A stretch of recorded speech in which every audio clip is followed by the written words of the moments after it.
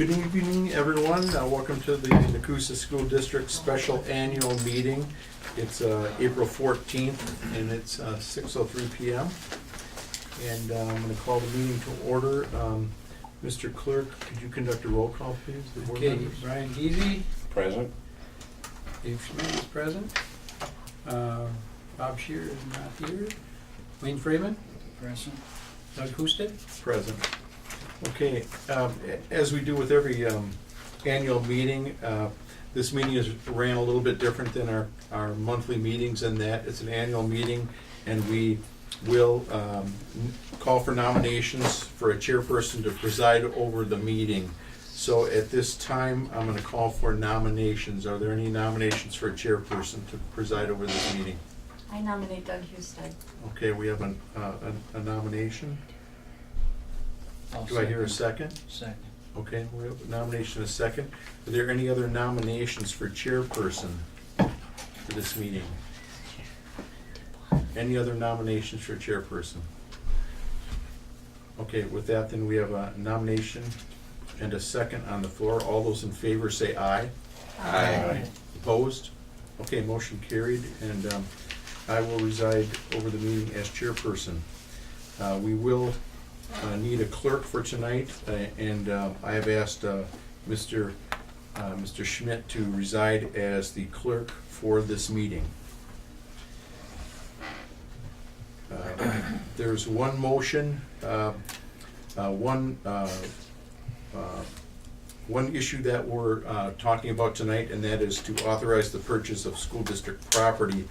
And we're looking for a motion that the school board be authorized to borrow funds, if necessary, for the operation of the 2014-15 school year.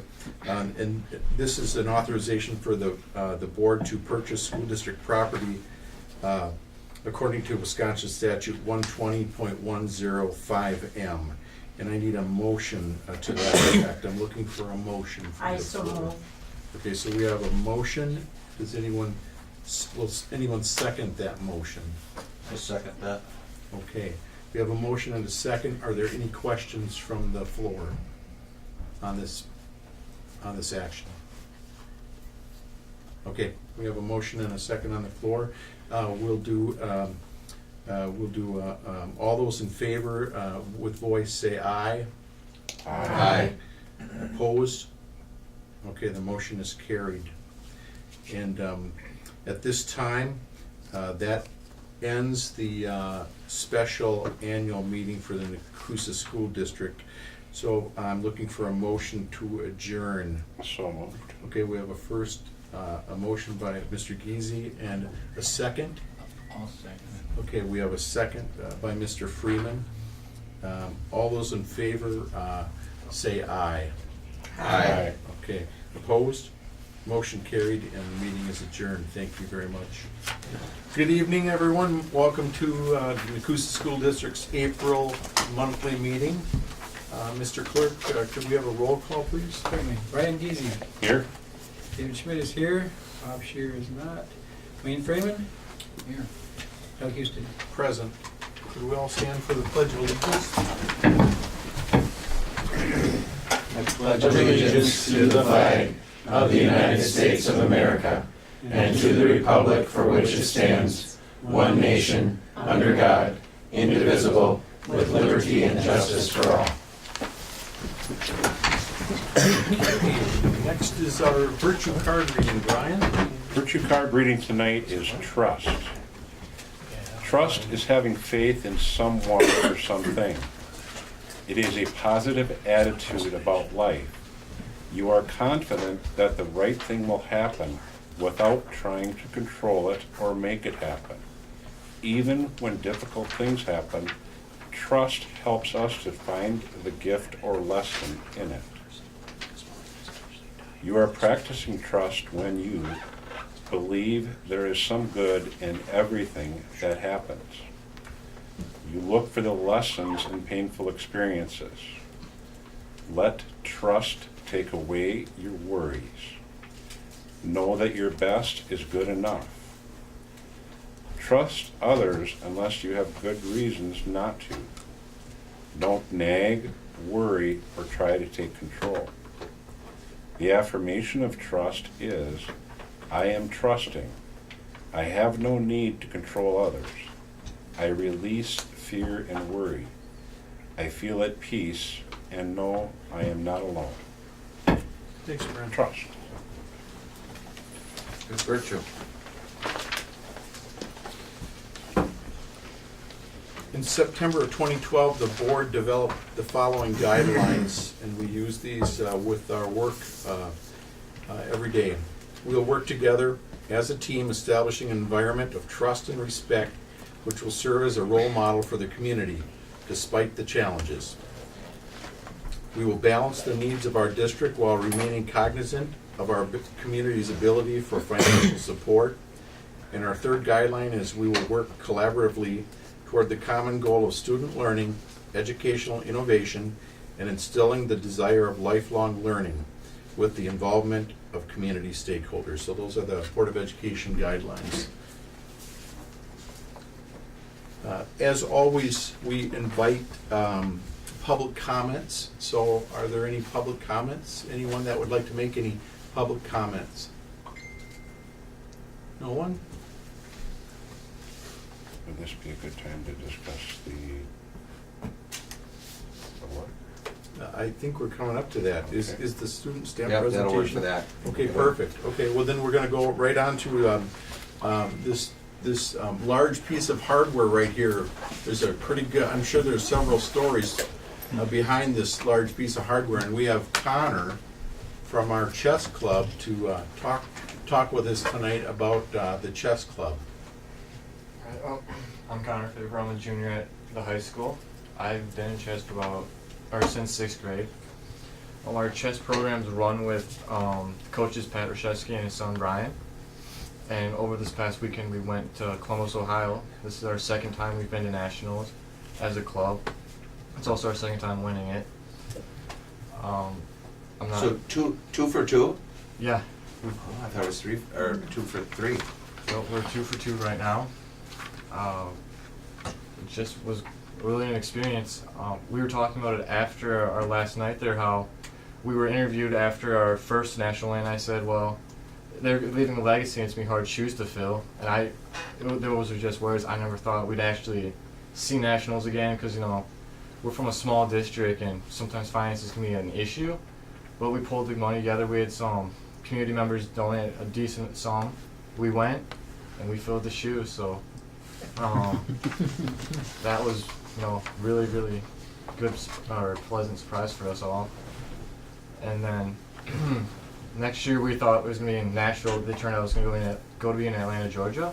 And that's when Wapaka's coach approached us and said, I think I have a deal for you. They're renting out a airplane to go to Atlanta, and they're offering us seats. So now we got to find fundraisers and new donors, and we're going to go again and try to make it 3 for 3. Wow. That's fantastic. National champions. Congratulations, guys.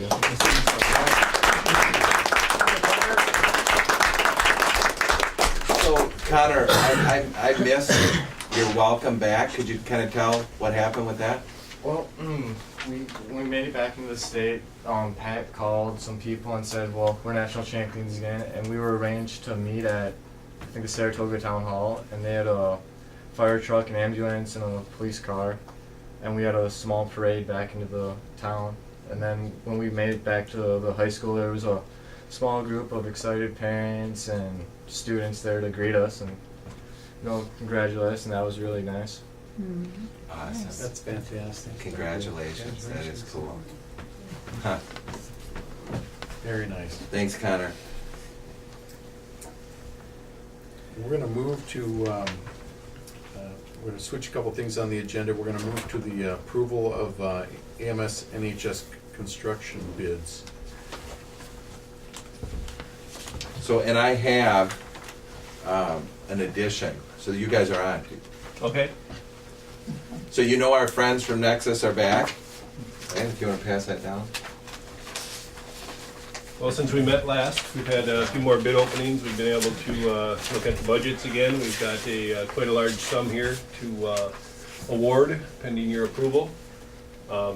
The first one is the general construction, so the carpentry masonry. That bid was for $813,900. The second one, which the project is mechanically intense with the heating system and cooling systems at the high school. That bid was for $1,454,000 to Hertman Mechanical. The electrical scope of work, that bid was for $212,885 to Macmillan Electric. Controls contractor is your current controls contractor. Then their name is Complete Controls. Their bid was $293,878. The testing and balancing was Belco Balancing. That bid was for $24,900. We do have some exterior LED lamps. This was a material spec from US Lamps, and that was for $53,390. We do have a bid from a local electrical just up the road here, does a lot of work with the district, of Current Technologies, for $5,800 to put those lights up for us. The theater and sound was another single spec contractor, Soundworks, who works exclusively with your district already. Their bid for that system was $66,049. So in total, we're recommending to the board $2,924,802. The project currently with those numbers is $177,189 under budget. And we still, at that point, which was just a couple days ago, had a project budget to complete of $289,780. I Yesterday, just handed out the Okay. newest. great. Did you have an extra copy? Sure. Yesterday, we received bids and worked with the administration regarding the surveillance around the district. We had a couple bidders, one being Heartland, the other one being Complete Controls. And Heartland was the least costly qualified bidder. They have the surveillance upgrades at $98,943. The card access upgrades of $47,088, and the high school clocks of $22,451. Everything I've read you was chosen by the district to execute the long list of items, and that budget, so total budget for the Heartland Business Systems was, or bid rather, was $168,482, and the underage on that one was $11,353, low budget. We have very few BIMs left to complete. They are the theater and theater system refurbishment on the lighting. We've got some. And they're on the bottom of this second page that I gave you. So those are the bids that we're waiting to come in yet. And really, that's the only one. We're going to do window treatments. It's always better to get your window treatments done after the windows have started, get in. They can do the measurements and work at the district. We've got $45,000 set aside for that. On the last one, the electrical recommissioning, that'll be done by an engineer after the project is complete. Make sure there's no arc flash issues in the district. And the theater lighting system is the one that we have concerns about. Actually, Ike and I just got a quote an hour ago for the extra structural that was needed. There was no structural concerns prior to us doing our investigation, but we did get a bid that will be coming back to you with the complete bid, but Altman added $20,000 to put the structural steel above the theater where those smoke hatches are, if you're familiar with it. They want to add some more lighting, and the current loads years ago when schools were built, they require the snow loads that are presently required. So, the joists, and not just your school, but a lot of schools, the joists just don't, you can't hang as much off to them as they once let us years ago. So that's the update on that, and we'll be back in front of you with the final verdict of that. That's all I have. So what's the total that we're under budget now? It is on the second page here, $188,539. Oh, cool. And that's on top of the $500,000 contingency that exists. which we agreed to. Correct, yep. The project alone has its own contingency, and every budget that we've discussed, either tonight or prior, you know, that's what we go by, don't touch the contingencies. So we're basically almost $700,000 under budget. Cool. We've got a big nugget next year. Yeah, So- we might have some other projects to do. Well, Humke is, Yeah. Humphrey's gonna be a big Like, one. there's a lot of bidding there. With the revised sheet, if we look at the numbers there, pending approval of the 2015 high school building improvements, 2,831,000. Is that for one specific contractor? No, that was the complete, that was for bid, the high school mechanical bid, so that was only that bid. We combined them, so it was bids, work scope 1 through 6 on your letter of recommendation. That's the total when we add those up.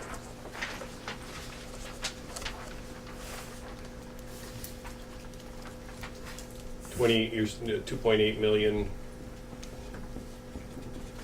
was the budget, and then the bids are, well, 2,831,035. Is that what you're looking at? Yeah. Yep. That was that budget for that bid. which goes back to this, Brian. 1 through 6 on here. I don't have, where did I get that? It was, It was with the board pack? yeah. Yeah, it was in the board. Oh. You wanna see it, Brian? It's this one. look, This one yours right here. looks It's the smaller. one that you, Okay. There was 2 letters we put together just for timing purposes. One was the Heartland one that you just received tonight, and then the other one I think was part of the original package. How it gets awarded and bid are 2 different, ways. We'll go to designers if it's a civil project, or if it's a building improvement project, we'll bid it one way, but then when we come before you, we ask for approvals on what we have completed.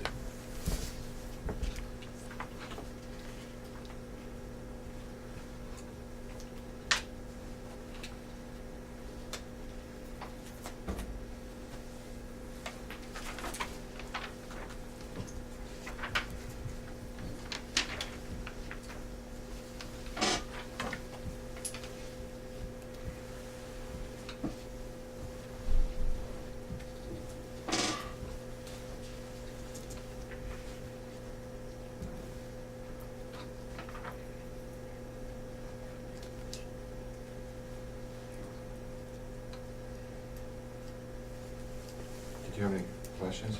I know we talked briefly. Yeah.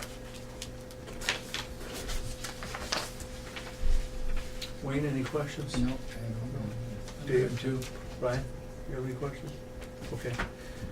Then we're looking for a motion to approve the bids as presented. We've got the 3 last bids for the security package totaling $168,482, and then we've got bids scope 1 through 6 at the high school totaling $2,831,035, and then there are 2 lighting bids, one for $53,390 and one for $5,800,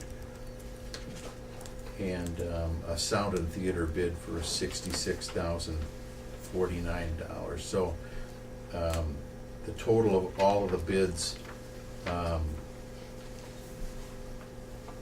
on this first sheet is $2,924,802, and then there's an additional $168,482 for security purposes, security projects. So I'm looking for a motion. I so move. Okay, so we have a motion to approve the bids as presented. Do we have a second? Second. Okay, we have a motion and a second. Any other questions? Okay, we have a motion and a second. All those in favor say aye. Aye. Opposed? Motion carried. Thank you, gentlemen. We appreciate it. Thank you. Thank you.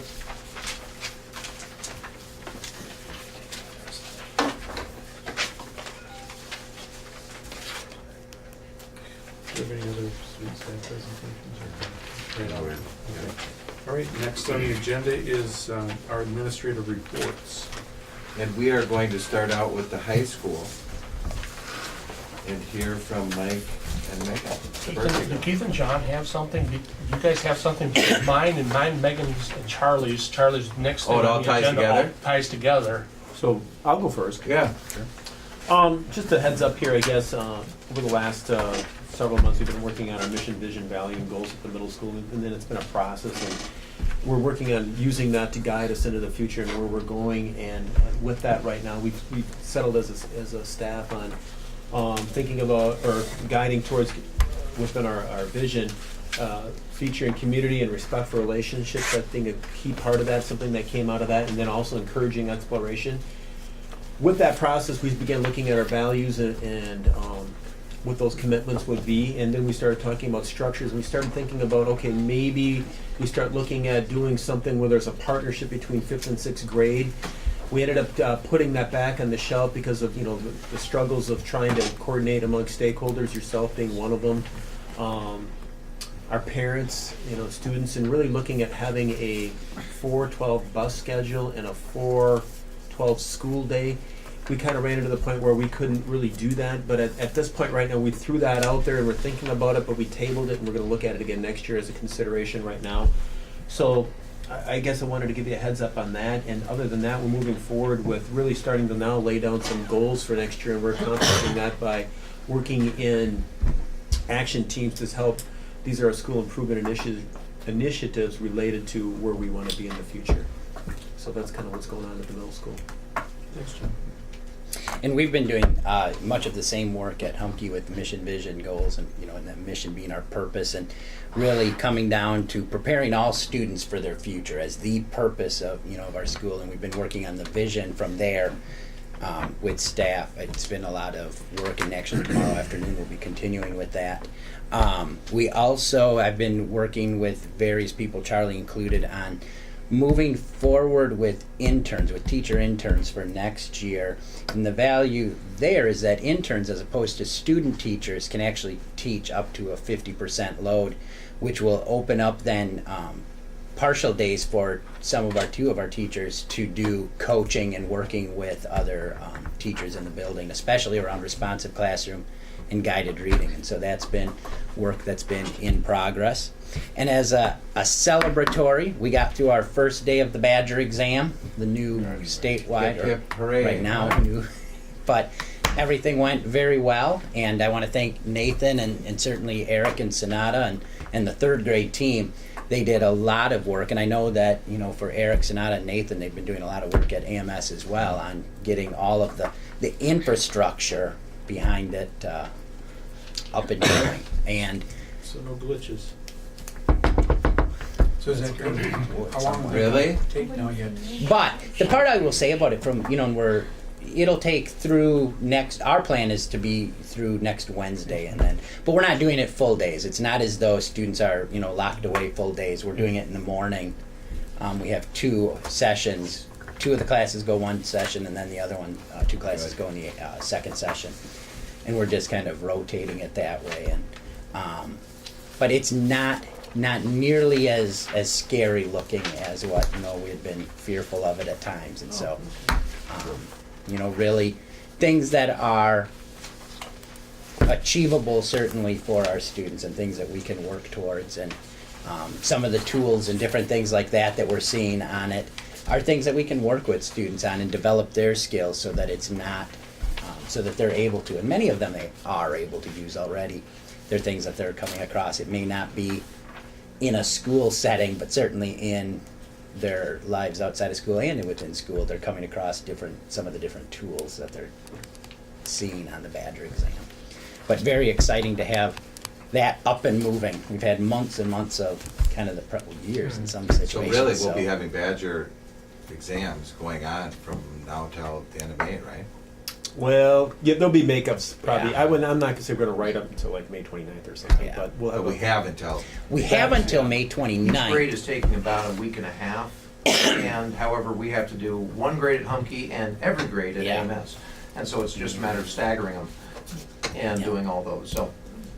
And we're on the front end. I mean, that's one very nice part is that we're closer to the front end than the back end, so that we have, time if there are glitches that show up and things like that.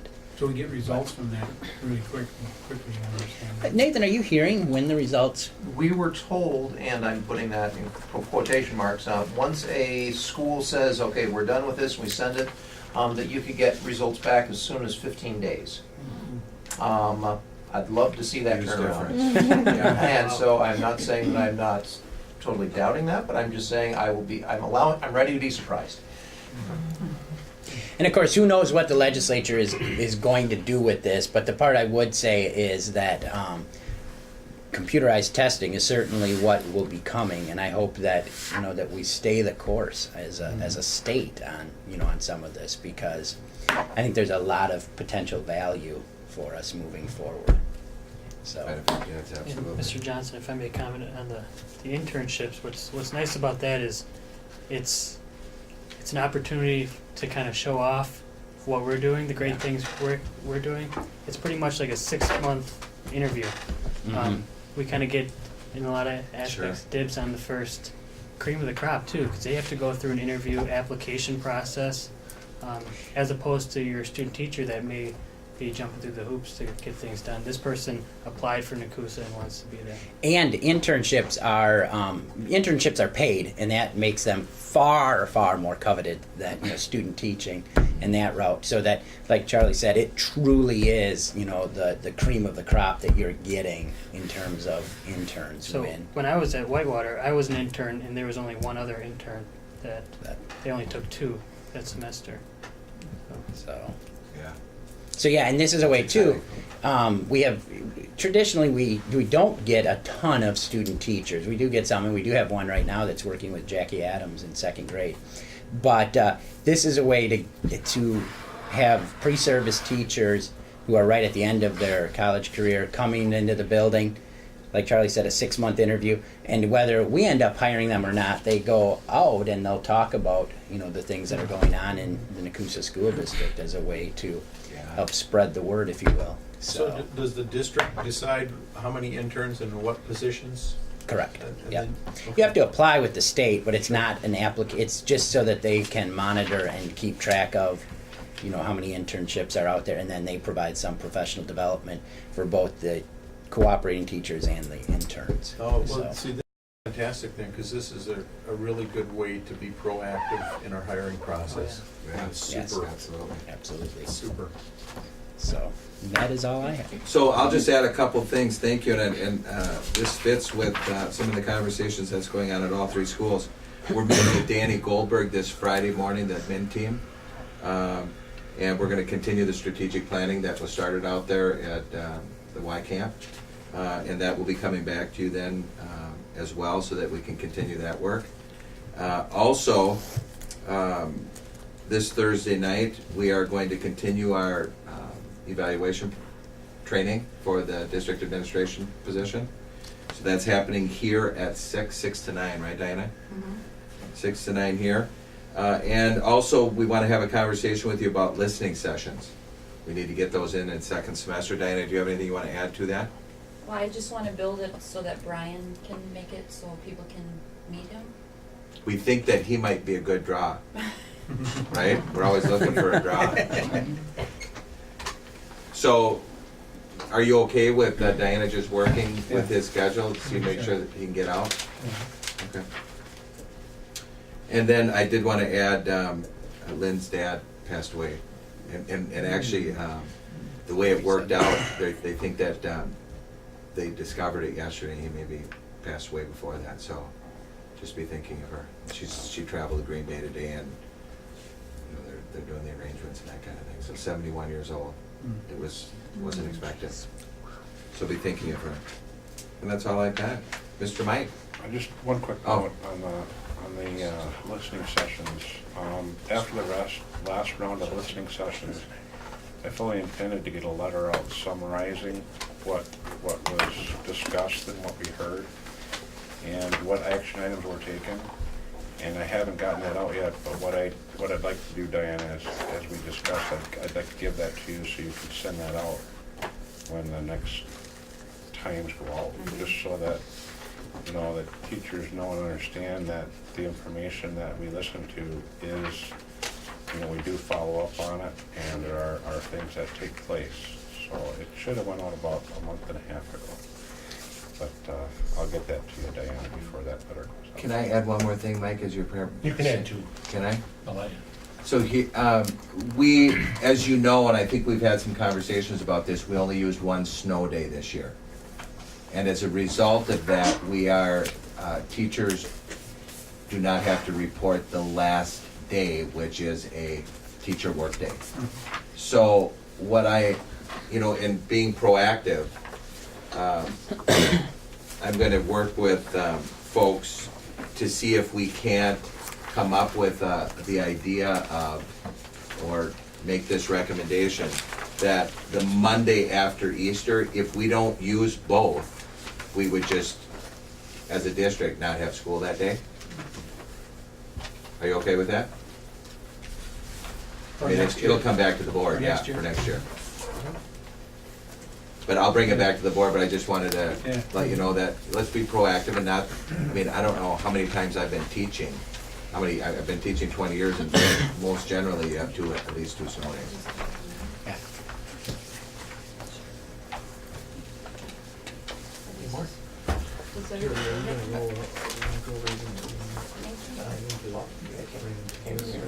Is this conversation gonna include B on the agenda? The high school? Yes. Okay. Well, you'll go, my stuff Yeah. kind of ties together with what he So has then to. we'll go next, then would be, if there's follow-up. And this really is the report that we gave mid-year on, of Humke and AMS SLOs. So, as you know, Mike was out, you were sick for a week, so. All right, Diana, if you could please put up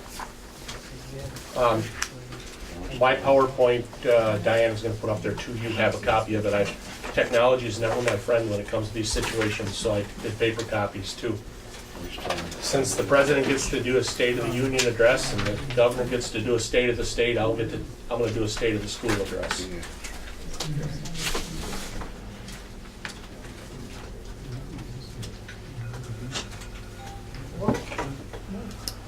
Yes.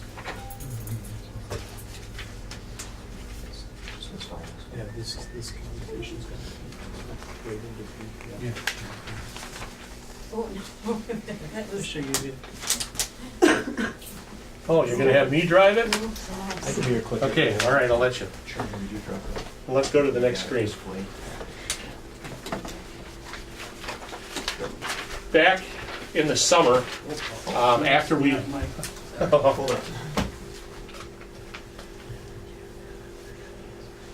See what I said about technology never being my friend? And I'm not even driving it this time. All right, perfect. When we returned last summer from the PLC Institute in Lincolnshire, we scheduled a work day for the high school staff, and it was pretty well attended. And at that time, we started to address our mission, values, and vision. And through that process, came up with this vision: NHS will provide an environment in which all students, regardless of background, will contribute and be a part of a positive and successful learning community. Now, this vision is what we've lived with throughout the year.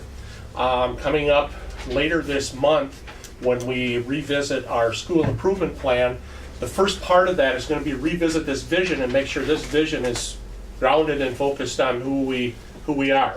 I think it's solid. I've had several conversations with staff. They think it's solid, but we're going to revisit it again at that time. So that was the work of a fair number of high school staff members this past summer.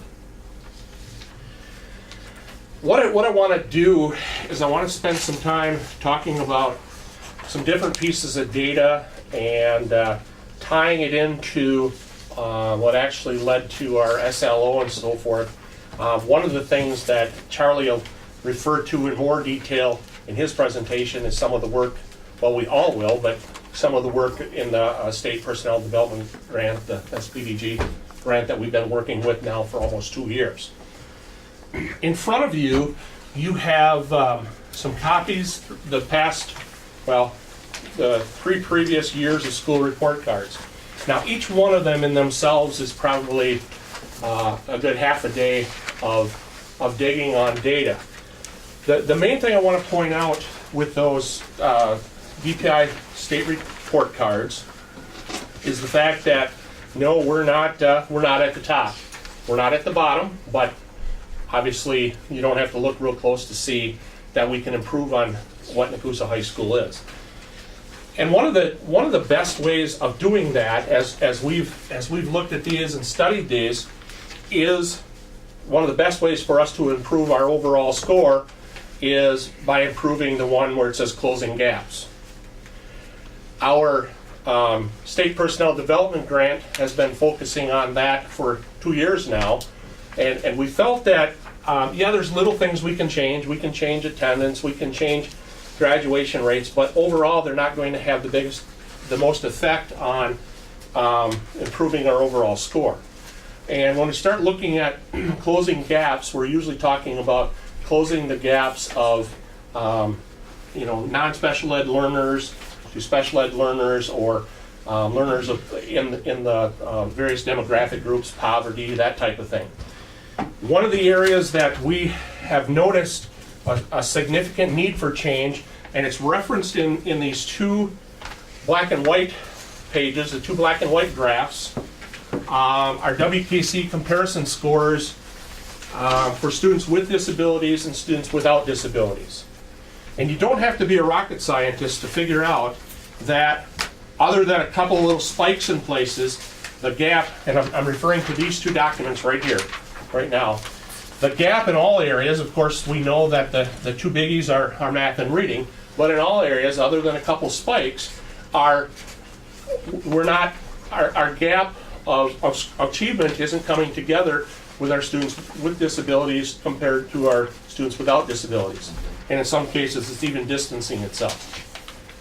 So that has been the focus area, the target area of the personnel development work that we've been doing to try to bring into tune to close those gaps. As I move on, part of and a lot of this is tied together in many different ways. It's a pretty complex picture in a lot of different ways. If you look at the diagram on the next PowerPoint, we know that in order to improve anything as it relates to academic success, there has to be interventions, and in our case, intervention at various levels. For a long time, forever, we've had academic resource, or our study halls, the lowest level of intervention, and we've had study skills classes in our special ed areas. As we started to dabble with many of these statistics and so forth at the start, actually last summer, late last year, last summer, start of this year, we started to realize that we're going to have to develop more ways to focus on more learners to get the results we want down the road. We developed our advisory period at the end of the day. That's something new this year. We had an advisory earlier in the day. It wasn't used to the point it is now. Where you see DIBS list there, what that is teachers have had the ability most of the year, ever since about, I want to say, probably October or November, to actually request that any given student at any given day go to their classroom during the advisory period at the end of the day for added help, added assistance. As the first quarter came to a close, and especially knowing that we have a very challenging freshman class this year, we decided that the things we were doing weren't cutting the needs for the greater part of our population. Keeping in mind our special ed students, and of course keeping in mind that our idea here is we want to close those gaps, but we also want to bring about achievement to every student, whether they're special ed or not. And we started playing around with the idea of developing a guided academic resource. If you remember back in at the November meeting, we came to you with a proposal to take our what was our resource room, which was actually where we did a lot of our credit repair, credit recovery things, turn that into a guided academic resource whereby it's staffed with a teacher every hour to take those students that were struggling and give them even a more intense boost. We started that out in late December, like a week and a half before Christmas vacation, so well into the second quarter.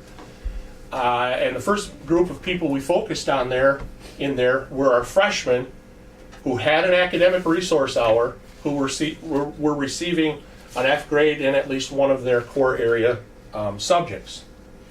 That information, and I'll probably bounce back and forth to this for the next part of my discussion. If you could, this all came about as a result of our first quarter Fs and our SLO that we developed for the school. And this is based on the end of the first quarter. And it's the number of F grades earned by all students, whether special ed or not. And we decided that in order to, the way we're going to measure this is how we reduce the number of Fs. And you can see for each grade level, we chose a number to reduce the Fs by a certain amount. And you're probably saying, well, where the heck did you get that number from?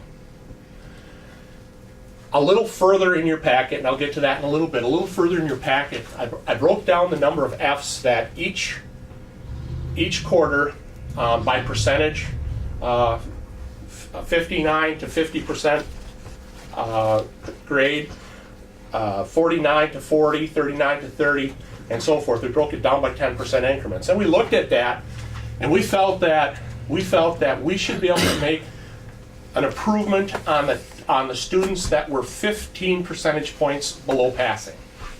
So these numbers, reducing 40 by 40 down to 44, taking that initial 84 down to 44, that 40 number is actually the number of freshmen after the first quarter that were 15 points below passing. That's our target group, and likewise throughout. Now, as you continue to look through that next chart, is scary. Does not look good.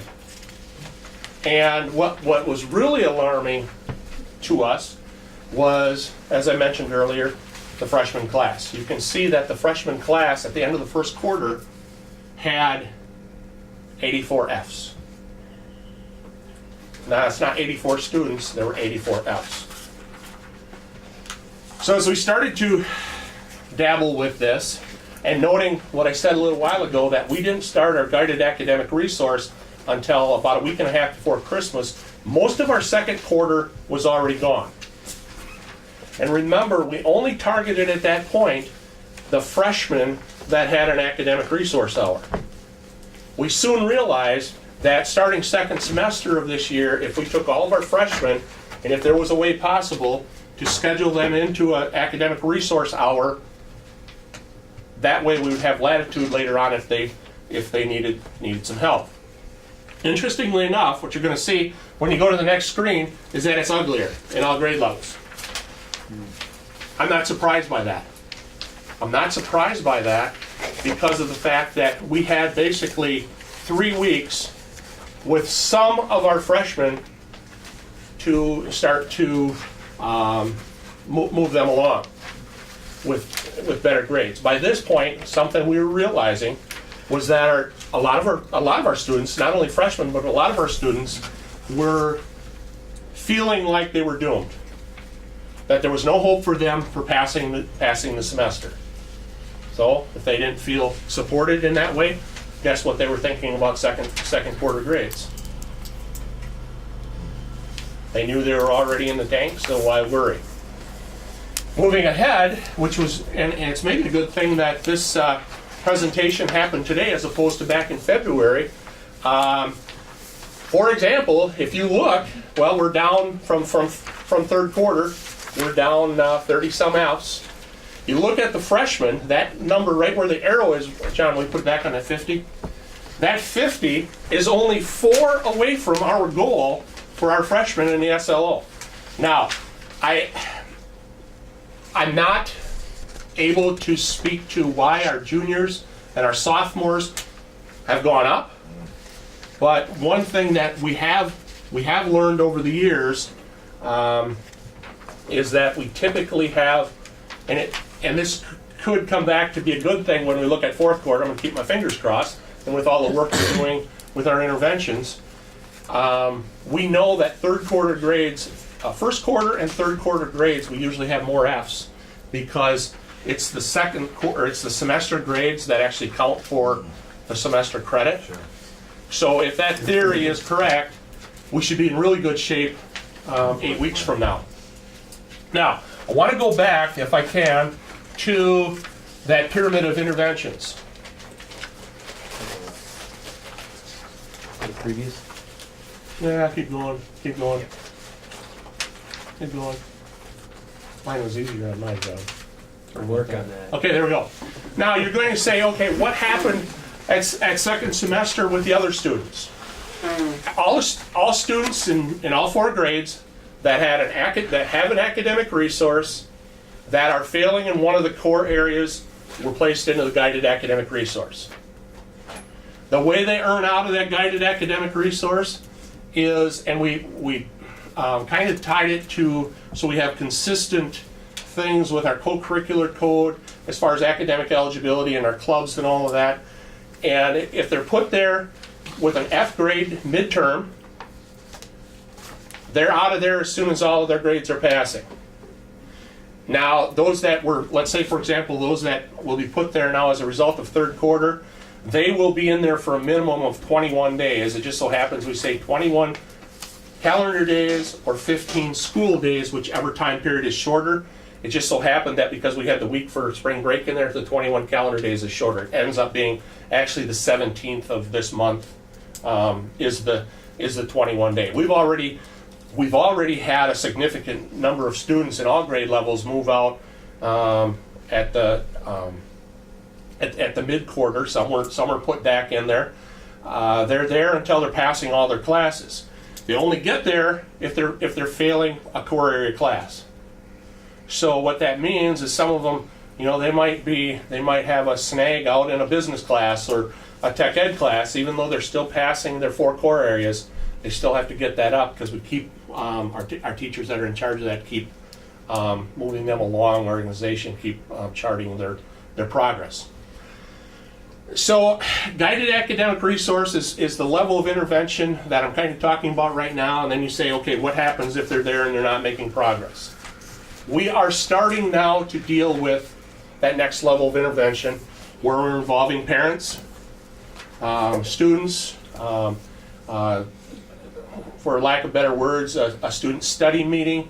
And we've actually already started talking about, with a couple students, what it might look like requiring them to stay after school 3 nights a week when we have our Wilkshire Boys and Girls Club and our building staff then.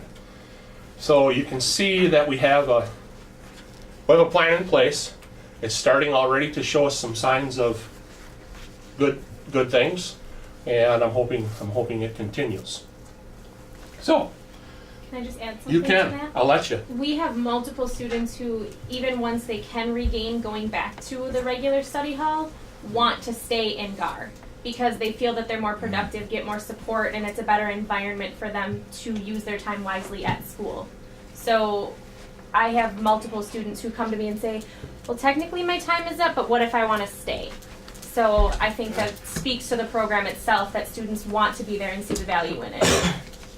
Can you speak a little bit how guided academic resource is different than regular academic resource? We have just flesh that out.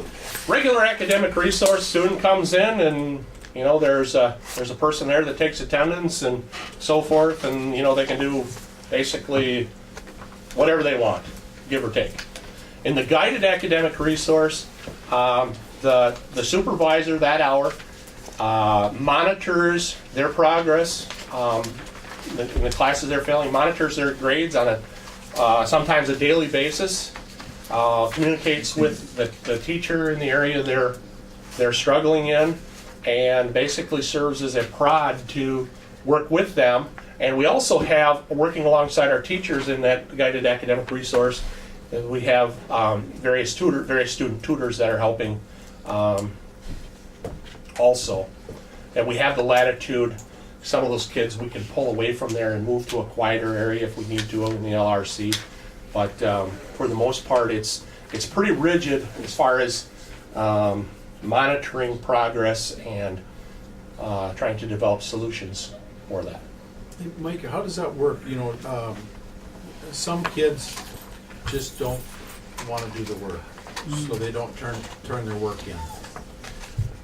It's not that they can't do it; That's the will and skill. They're just lazy, and they don't want to turn the work in, and they don't turn it in, and then they get an F. So, when they get put into this resource, do they have the opportunity to the teacher works with the person in the resource area?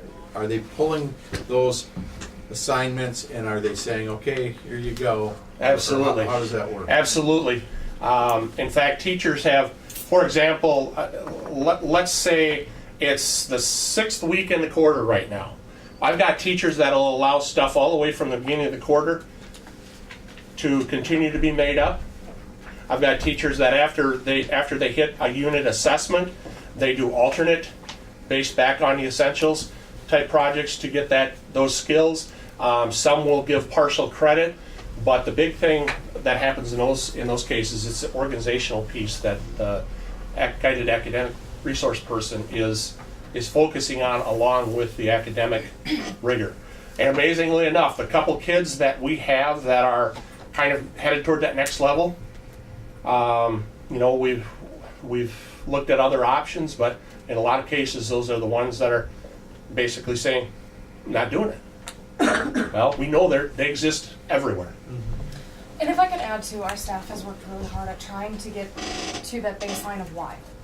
So the question always will be, well, why are you not trying? And so our staff has worked really hard at digging down deeper into whatever the issue is that is going on that is causing that student not to try. And sometimes we find that they actually can't. And they haven't been able to for quite some time. They just don't have the confidence in themselves to try anymore.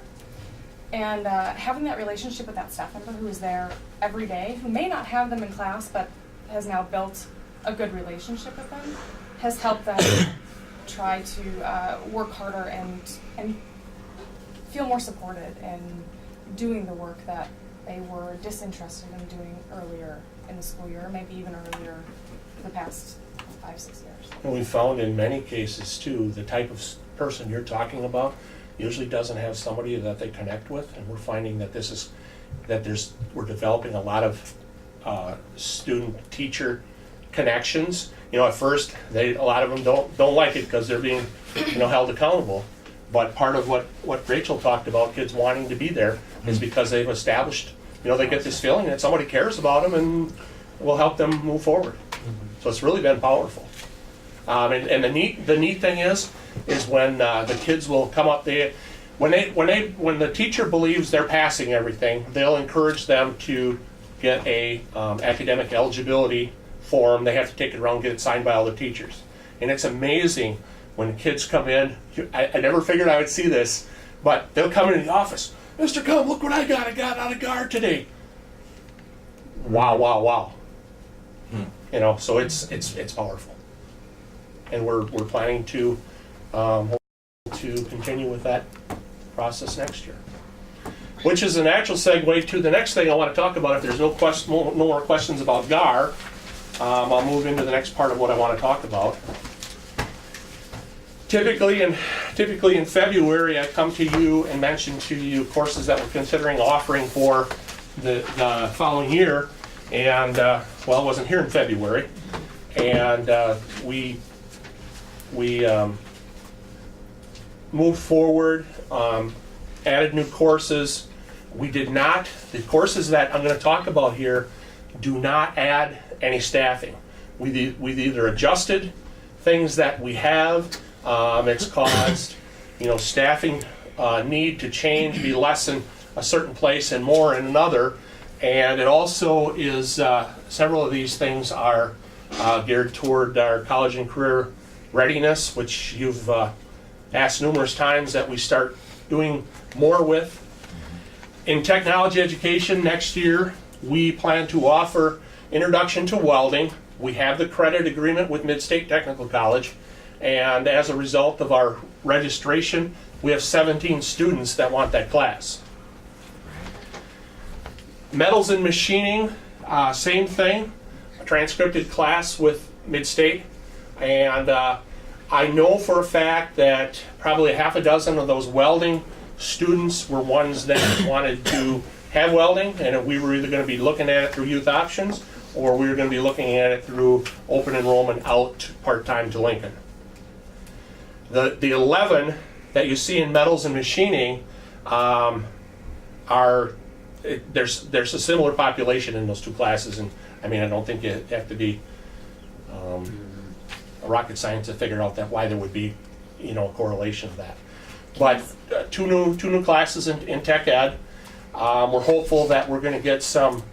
In both of them, we've started to make connections with not only instructors at Mid-State, but also people that are certified in those areas to come in and be guest instructors.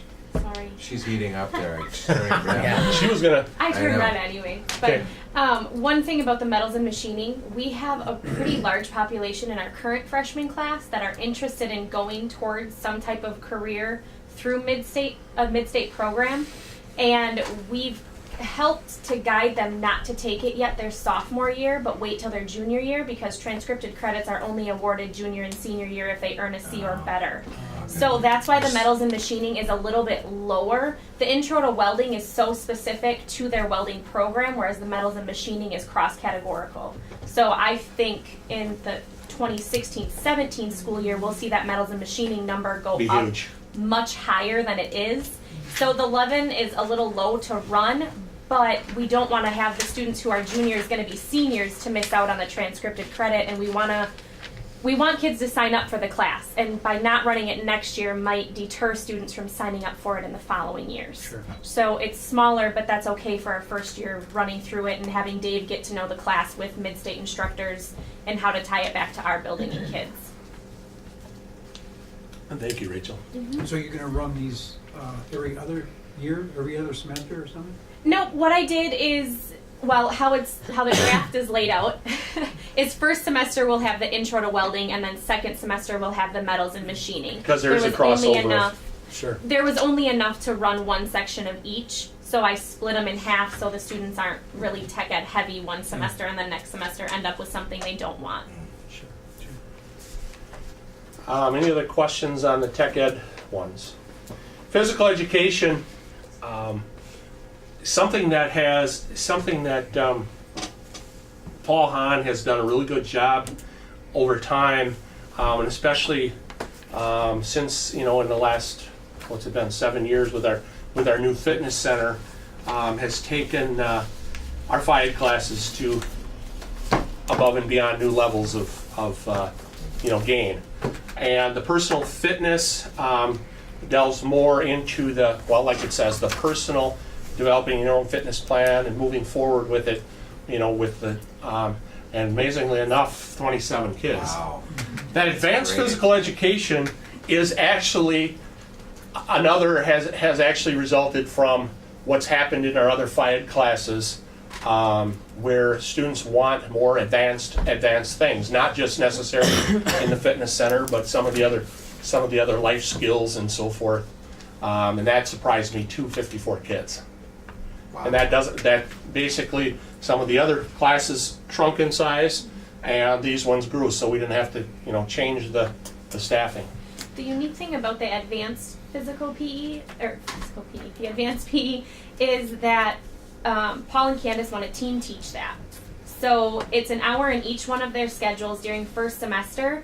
So Candace will be working in the gym and Paul will be running the fitness center, and the students get to choose which day they do which activities. which is really a nice way for them to kind of guide their roles. They have to have at least 2 days in the gym and at least 2 days in the fitness center, but they get to pick and choose what that looks like. And that offers a really unique opportunity, especially for our athletes. If they have a game that day, they don't want to be in the fitness center, they can really design their own program, which is really, really helpful for a lot of our kids. So that's a cool thing that we did, and that's why we can service all 54 students in the same semester, because Paul can have his 30 and Candace can have her 30. So we're close to the bubble, but we made it just underneath it. We were kind of scared. And that one has a prerequisite of having to have one of the fitness center classes before, so they're familiar with all of the machines, so they can really get to the heart of it the first week of school, instead of in the other fitness classes they spend the first 2 weeks introducing them to proper technique and procedures with the fitness room. So the kids are really, really excited about that one. Our world languages area, our whole chunk of language, which we've you've heard about now for a couple months. Eight students interested in that. That's cool. I think once that's in place, that'll grow. I really do, and I think that's a good number to start with. And we've toyed back and forth. What do we do with the 1 hour of our wonderful German teacher that we have? We get our money's worth out of him. So he'll have 29 German 1 students, and I don't have the numbers in front of me of the 3 4s, but. Best hour of my day. I'll take it. I think there's 3 German 3 and 1 German 4, if I remember.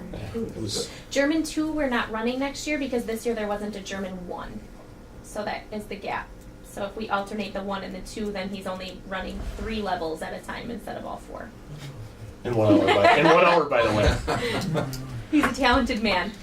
In business education, webpage design, that's something that again here, 24 students wanting that, and there's a whole bunch of career pathways that fits into. Publications, we used to call it yearbook, and we pretty much limited it to yearbook, but Jen Jackson wants to do a lot of different things, including the yearbook with the publication piece in 33. And one thing that's nice about that class is that that's a class that 33 is a lot of kids, but there again, there's a lot of different things happening in there. Well, the 33 will be divided out between the 2 semesters. In 2 semesters. Well. And the webpage design, one thing I'm gonna try and run that 1 year long, because Mrs. Jackson is really hoping to start helping departments create their own web pages. So the students can help get it designed and up and running, and then teach the staff member how to change things and move them around and use their web pages more effectively than what we're currently doing right now. So that will be a year-long class. Going back to those two new ones that we have the credit agreement with Midstate, that will put us to 15 classes that we will now have credit agreement through Midstate with 15 total. So now that I put the cart ahead of the horse and told you the classes we're looking to offer, I suppose I should ask you if you're okay with us offering those classes for some pretty good data why we should, I think. But any opposition to those classes that we're bringing forth new? It's too late now. No, actually it's not. I haven't She ran the hasn't built master the schedule schedule yet. yet. I have it laid out. It's just not exported out of Power School yet. What's disappearing as a result of these? Is there? It kind of depends by department. Like with Dave adding in the introduction to welding, fewer students do materials and processing too, because that's why a lot of students took the materials and So they processing get that too. It was taste the of closest thing we had to welding, Sure. so that number dropped. The advanced PE and personal fitness, Paul only has to run now 2 sections of resistance training instead of 3, because it's a level deeper than the resistance training. So it kind of leveled itself out in a very nice way for us, so we didn't have to really cut anything that the students really, really wanted to have. Awesome. All of them that we lost had numbers below 12. So it wasn't a huge impact of loss, but a whole lot of gain. That's fantastic. With the credit agreements and the guest teachers, we're going to be getting in some of those guest teachers from Mid-State? It's our hope that, you know, we won't get them every day, but we'll get to use them there as a resource, their expertise as a resource. I know Dave has done quite a bit of work already with other companies and businesses to bring in expertise in the varying different parts of that. And we also can take our students to their facility if it's prearranged for them to have some time on campus with that instructor, seeing the environment, And asking some of the the specialty questions. areas. Especially in Dave's hands-on areas, he has a really close relationship with one of their instrumentation professors. Isn't there a So session, isn't there a day where we're taking a group of people out to Mid-State? I keep hearing about it, but I don't have it on my calendar. April 24th, I think it is. It's coming up. Do the additional costs associated with those guest teachers, would that ever, with bringing that cost inside instead of paying Mid-State, would there be any point at where we reach that point? I'm not sure what.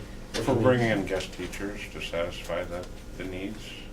We're not bringing the guest teachers in to satisfy the need. We're bringing the guest teachers in because they have a different level of expertise, an added level of expertise. It's not an additional cost.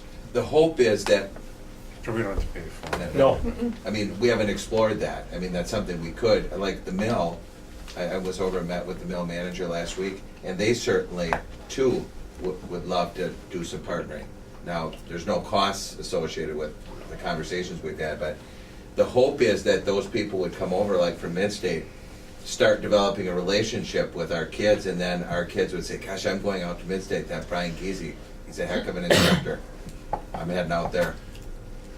There really has become, in the last couple of years, there really has become a movement from Mid-State where they're really reaching out to us because they realize that it's kind of like they need us to move their programs ahead, and if they can get their roots in right now and get our kids interested in that Mr. Giese, he's a heck of an instructor, I'm going to Mid-State, well, neat relationship to have with an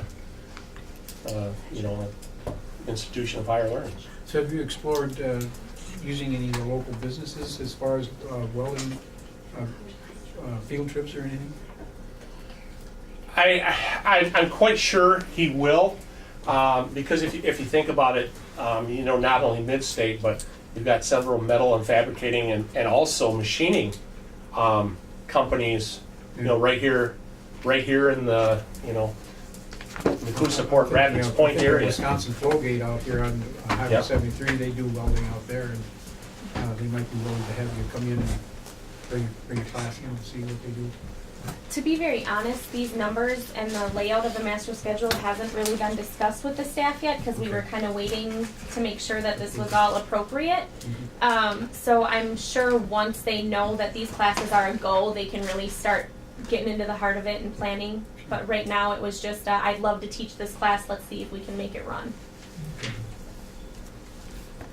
Any other questions about what I presented before I turn it over to Megan to talk about some of the things she's doing with our culture at Nekoosa High School?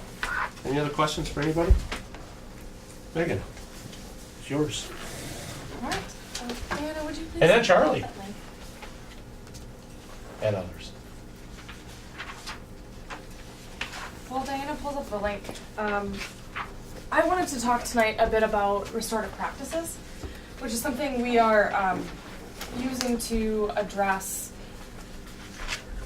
what we see as some culture problems and some character problems. So we acknowledge the academic issues that we have to work with, areas that we need to improve, but we also need to focus on improving the whole child. So we're not just focused on delivering content, but also building character, building whole people, and hopefully turning out a product that can contribute positively and function well in society. And a way for us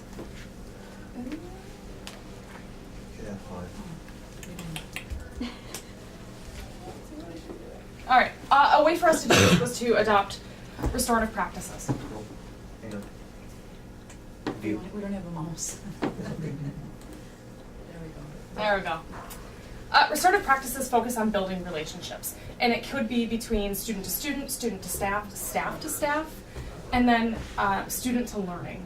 So if there are healthy relationships there, if there are connections there, then learning is obviously going to thrive in that kind of environment. Restorative justice acknowledges three things: that conflict is a wound in a relationship and that needs to be repaired. The best way to do so is to acknowledge it, to have adult, healthy conversations about what happened, the feelings in those conflicts, and then to make it human. A lot of times our students will get kicked out of a classroom for breaking some sort of classroom rule. They'll be issued some sort of detention listed in a discipline policy, and there's no connection to what they've done wrong, and there's no room for growth.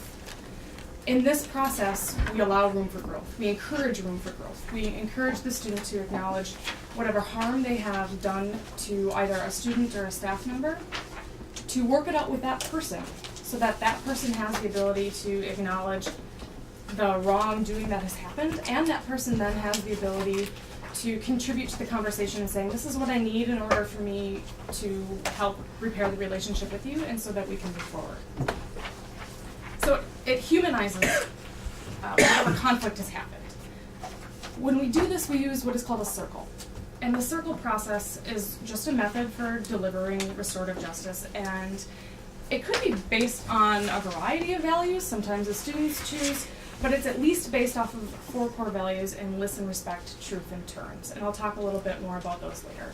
But it allows everyone to have equality in a circle. There is no hierarchy, there's no dominance, there is the offender and the one who has been harmed. And so those people get to talk equally in a healthy conversation, in a way that allows both of them to share their side of whatever truth they feel. And then it's a safe place to speak, because students know that in the circle, whatever's shared there stays there. So they know that it's not something that should be talked about outside, it's something where they can speak from the heart and openly and honestly. There are 4 stages to most circles. A getting acquainted piece, just to everybody to know each other, to feel on the same level. A lot of times we'll ask something silly like, this week it was, what activity did you do over spring break? And so everybody gets an opportunity to talk about something, and you might find that, hey, so-and-so went on this family vacation, and it was similar to somebody else's family vacation, and all of a sudden they have some commonality. And a lot of times that is missing between a student and a staff member especially, but students who don't know each other very well and have conflict between each other. And then there's a talking piece. So the only person who is allowed to talk is the person who's holding whatever talking piece it may be. I have a variety of them, and I'm always looking for them, so if you have something you think would make a good talking piece, I'd be open to borrowing it from you for a while. That way there's no talking over each other. You have as long as you want to speak your truth, and then once you give it up, you know that it is the next person's turn to talk. The second stage is building relationships. Talk about the 4 values. We have done it where we have each student pick a value and talk about how that has played out in their life. If they have somebody that they're very close with, where, let's say, truth was something that they really valued in that relationship with a parent or a sibling, they talk about that story, and that storytelling allows them to connect with each other and realize the humanity of each other, of acknowledging that they're people and they have a lot in common, and that they can work together and that they can work through things. When they're ready, and it takes some longer than others, we go to addressing the actual issue. And don't necessarily start out with focusing on why something happened, but what happened from each perspective. And you listen to the person who did the harming as equally as the person who was harmed.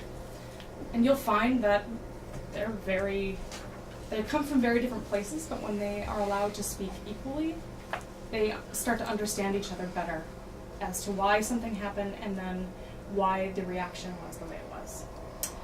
And eventually we allow everyone the opportunity to talk about how do you move forward, because that's what matters. It's not necessarily about how do we punish you? It's how do we repair the relationship that was broken?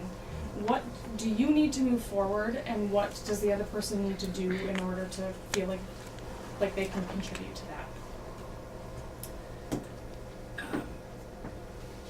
In keeping with sort of the same language of RTI and PBIS and some of the academic things we've talked about, I've used these on 3 different tiers. And tier 1 is really community and culture building. This happens classroom-wide. And these aren't necessarily broken relationships, but just to talk about getting kids to know each other. And I'd like to use this more actually at the beginning of the school next year when we bring in freshmen and some peer mentoring with some of our older students and younger students to give them kind of a getting to know each other. Let's all acknowledge that we're people and we have things in common. And this I've seen other staff members use in their classrooms as well.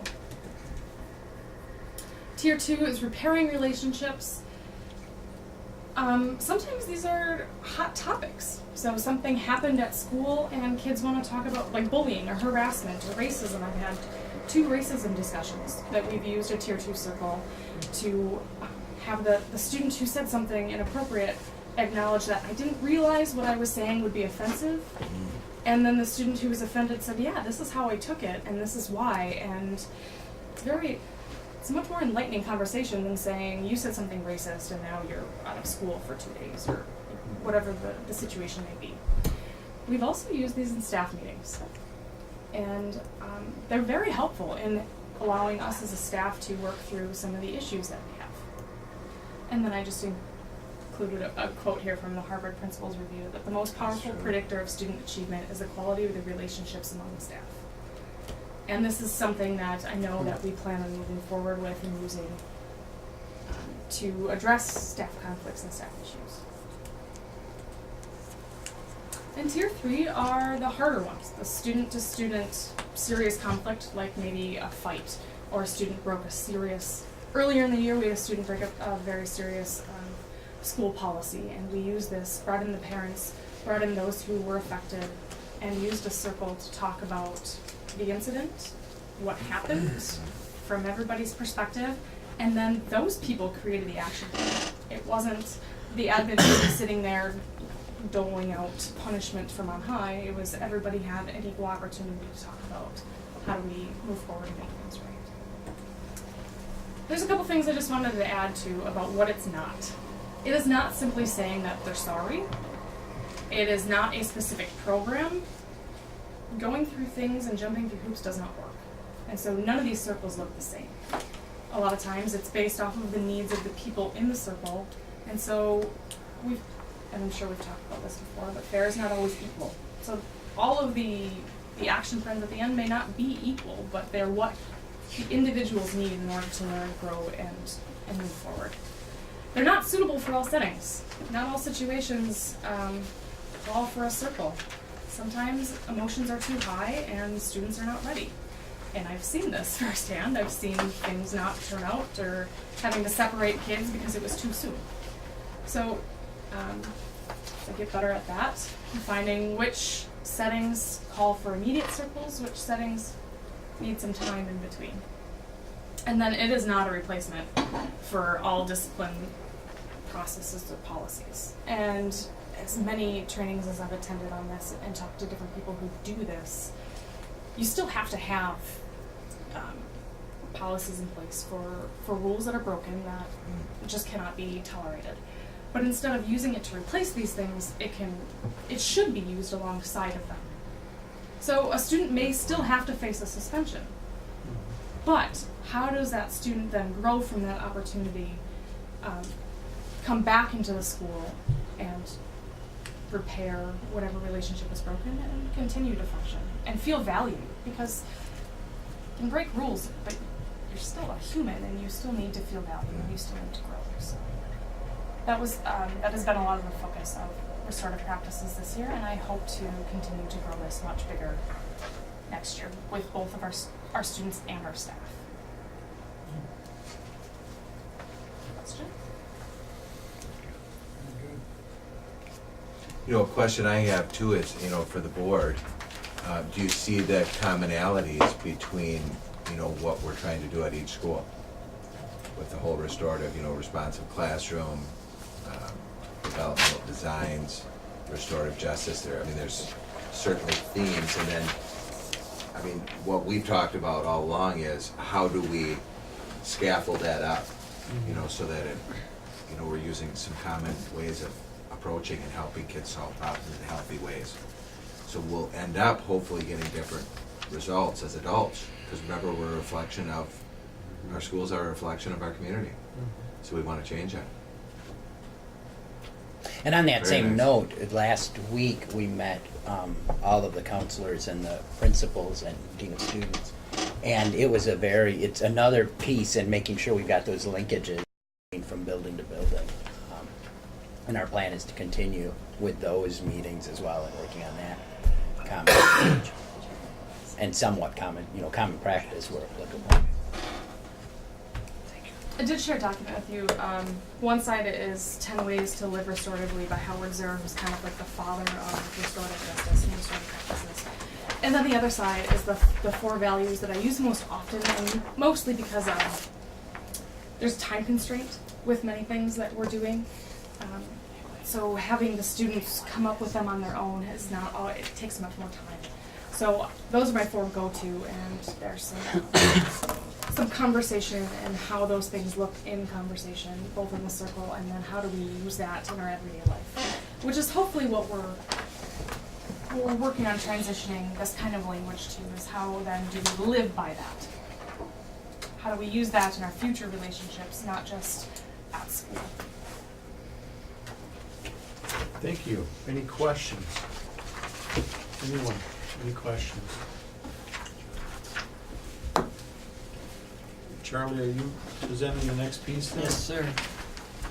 Thank you. Thank you, guys. Thanks. Good information. We have a team, and I would love to introduce them, and I thank them for joining us and really taking ownership and demonstrating the value that you see in this conversation. We have Michelle Einerson, who is primarily our emotional behavior disorders teacher at the high school. Rachel Sievers, even though she's not officially part of the SDPG grant, she sure is a contributing member to all the meetings, and we appreciate her greatly as well. And Mrs. K, Laura Kivleski, who is primarily our LD teacher, one of 2, and we're all going to be jumping in. Also, Nathan Black, who's part of the grant, might come, and myself, and we're going to kind of tag team slides as we go along, and feel free to interrupt and ask questions as we go. So, topic of conversation is our staffing at our special ed staffing at the high school level, and our current service delivery model. And we'll talk a bit about how things have been, how our students have been educated in the past. In our annual meeting, Terry mentioned, a bit of our changing demographics here within our community, and what we're noticing. Well, it's certainly having an impact here in our district as well. Our special ed numbers are on the rise, and our referrals have gone up nearly every year. We did have a spike 2012, 2013. So while this is happening, our staffing isn't necessarily changing, and we are asking our staff members to service our students differently. So far this year, we have 111 referrals thus far. So Mr. Don is a busy man. And that's just the initials. That's not the revals that come up every 3 years for all students with disabilities.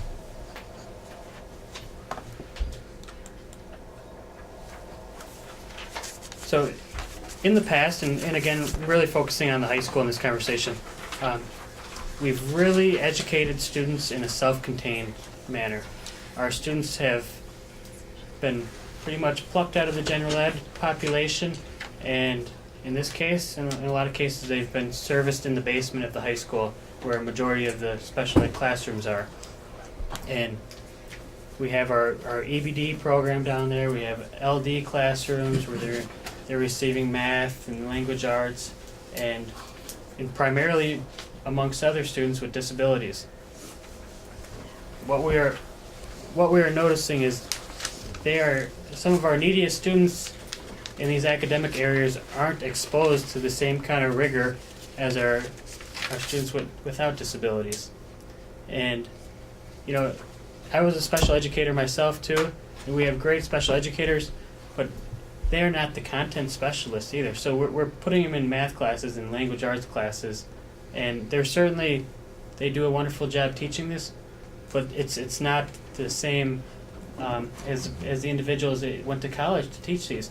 So we need to really look at how we're servicing these students and meet them, you know, differentiate the instruction to meet these students' needs and help, you know, raise their test scores. As we're looking at these IEPs, I'm going through and I'm going back to the original, way back when they first qualified for special education, and what we're finding is a lot of times they may have qualified for an area in math, and they're now in a self-contained English class. So in a lot of cases we're over-servicing our students. And same thing with speech. We're finding they have a speech disability, but they get an umbrella of services because they have an IEP. They've been placed throughout. And it makes it very difficult to have these conversations with families and say, well, you know, if they should be placed in this class, we should really do another evaluation to see if they qualify for this area of service. And these students, these are students that they need the peer models. They need the age-appropriate models amongst them, so you know they can look up and see the cues. They can feed off one another. And here we are sticking these students in a classroom where it's completely lacking that. I mean, I use Michelle's classroom as an example. Here we are, we have 15, 20 students with an emotional behavior disability, and we're asking her to, you know, go through many different strategies. She does a wonderful job, but that's going to be difficult for anyone. They don't have the same peer models as they do. And what we're finding is when they're placed out in the general ed population, those behaviors that we're seeing in the self-contained model is not as prevalent as, sometimes not prevalent at all as what we're seeing in a self-contained. And also, you know, for example, Michelle's, these students and research will show it's difficult for them to learn a skill and generalize it into another environment. So we can really pound these strategies, but unless they're learning in the same environment, if they're learning in isolation, it's not going to carry over into the community, into the general ed setting. And I believe that the law is pretty clear on, you know, where students should be serviced. It states that all students have the right to be serviced in the least restrictive environment, and that's determined by if it's appropriate for each student, as much as appropriate for each student, and that comes down to an individual IEP meeting where they come up with that. And if you can provide supplementary aids and services to support that, a student in the general ed setting, that should be the placement. And here, I believe we've really over-serviced in a self-contained model. So I'm going to kind of pass the mic over to Mr. Black and Mr. Cum. Feel free to jump in. We're going to look at some of our data and see where this model has gotten us over the years. All right. So click through. What you're looking at right now is just straight enrollment. This is for the high school. If you look over at the left, this is the number of students. These are just proportions. So the numbers on the left are the high school, the numbers on the right are the state averages. Our current high school percent of students with IEPs, students with disabilities, is at 18.4%. So almost a fifth of our high school students have been identified for services. The state average is 13.5%. So just as a note, that this is one of the things as far as not only is it difficult to service, but we are also disproportionately stretched for the amount of, and part of this has been our practice for years of going ahead and identifying these areas, and sometimes if services are expanding, well, sort of the high school is downstream from everything happening, and here's where it all comes to roost. We have, so I want, if you'll click through the next one, just remember 18.4 is the high school number, 13.5 is about the state average. This, I'm showing you a couple demographics, but this are comparisons with all the high schools in Wood County. Now there's 6 of them. The basic thing here would only allow for 5, so I left out Marshfield. Marshfield's number is almost exactly the state average. They have 13.5%. If you'll notice here, the other ones, so Auburndale. Now, there's a bit of a disconnect here. The numbers on the graph are pretty much straight enrollment figures. So, for example, Nekoosa is the yellow that's right in here. We have 342 members of the high school, 77 of which are identified as having disabilities. So there is our, if we look down here, we're looking at the lower numbers down here. Here's our 18.4%. The next highest is Port Edwards. That's 17.2%. Not surprising, we're neighboring communities. Charlie is actually the director of the pupil services for both districts, and we see much of the same thing. However, once we start getting past that, it starts getting, the numbers go much closer to state averages. Lincoln High is 14.2%. As or get out to Pittsville, it's 12.5%. Auburndale's 12%. Marshfield, a little bit of a larger community, still only about 13.5%. So if you'll note, we are the highest. It's not.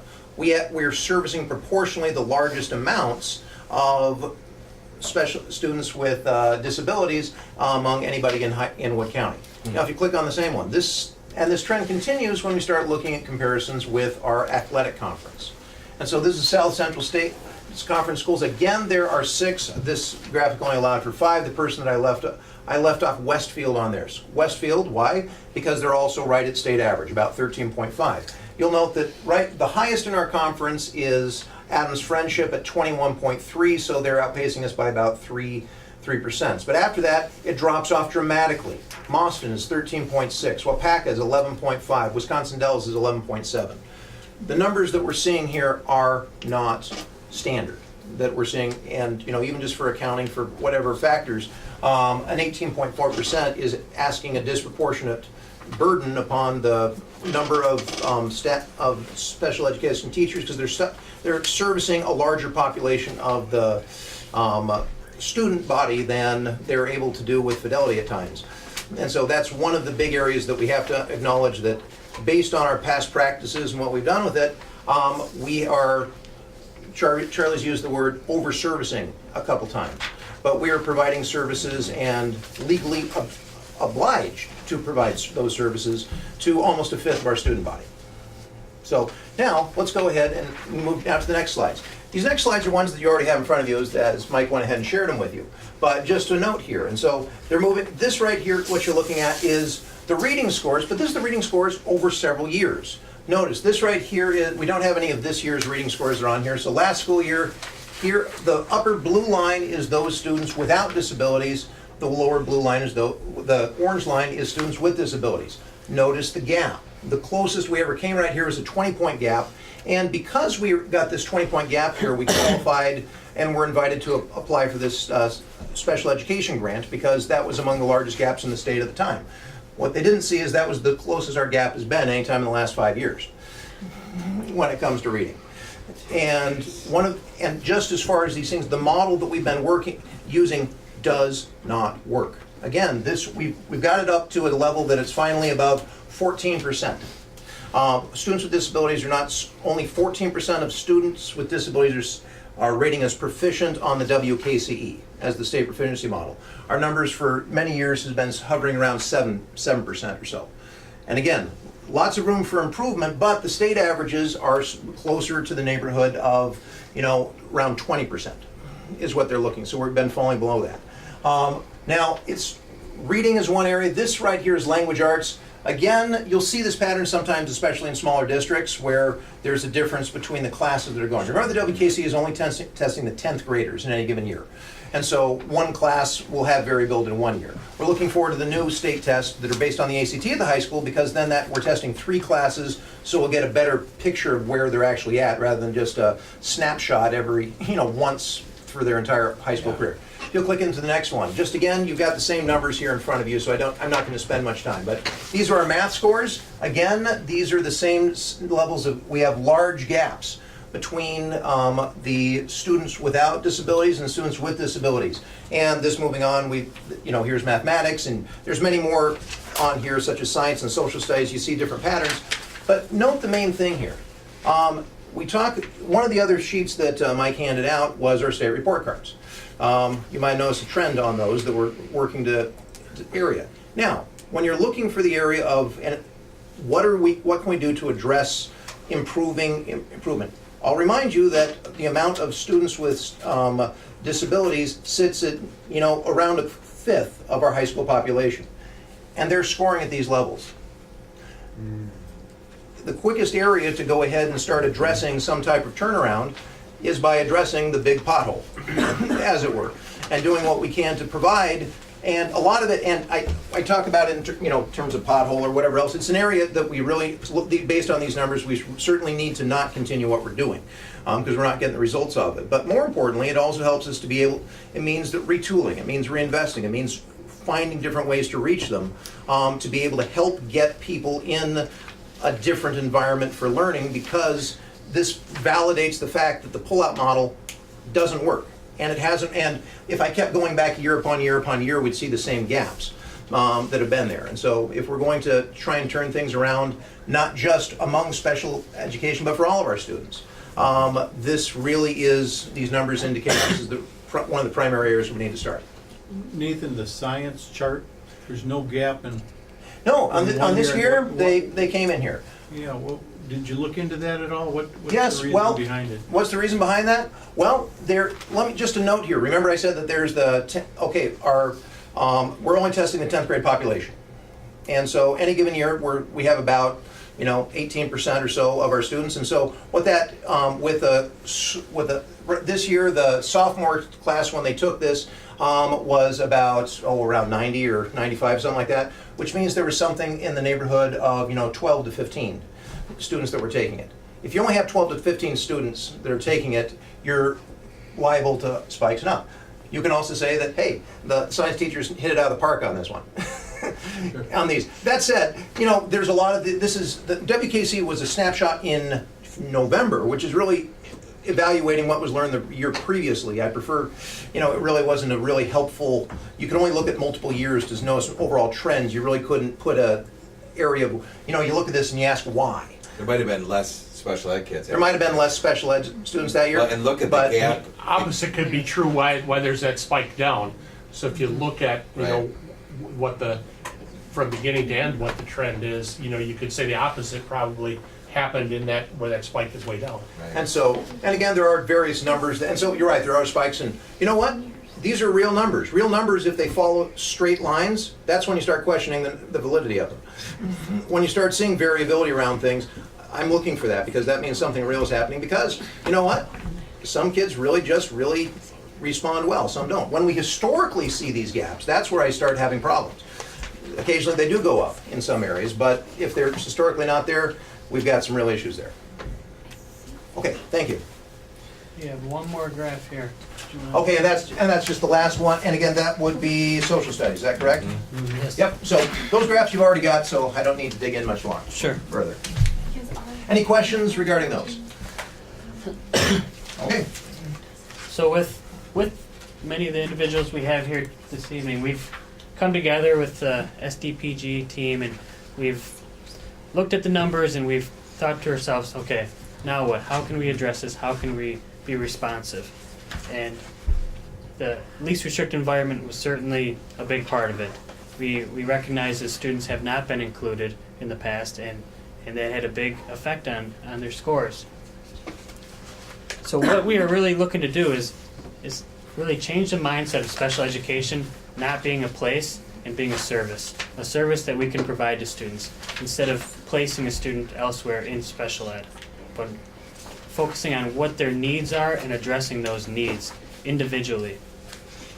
So beyond looking at students' placements very closely and having the right conversations with the families, with the students, with the teams, it's not so much at these IEP meetings anymore of what can't this student do, it's what can he do and what are his strengths and how can we capitalize it. And that is a huge, huge shift. We've gone ahead and moved towards a co-teaching model in various settings, which some of the staff members will talk about a little bit more. And we've provided trainings throughout the year, and certainly ongoing into this spring and into the summer. We'll continue to offer trainings. We're making decisions not just based on their strengths, but based on the data that we're collecting on these students. All the students at the high school are all the students with IEPs are taking the STAR test, and we're using that data to drive some of these decisions. The crucial conversations, those are not only happening with the staff, with the parents and students, but it's also happening with the staff members. This is a huge shift from what we've done in years past, and we can't expect that everyone's just going to go with it. I mean, it should spark good conversation, and it certainly has, and it's healthy, and we're coming together. I've been a part of some of these circles where we have open and honest conversations, and a lot around special education. There's questions, there's concerns. I'd like to think that we're addressing these needs, and we're going to continue to address. There's certainly been some bumps in the road, and we're working through it. We'll continue to.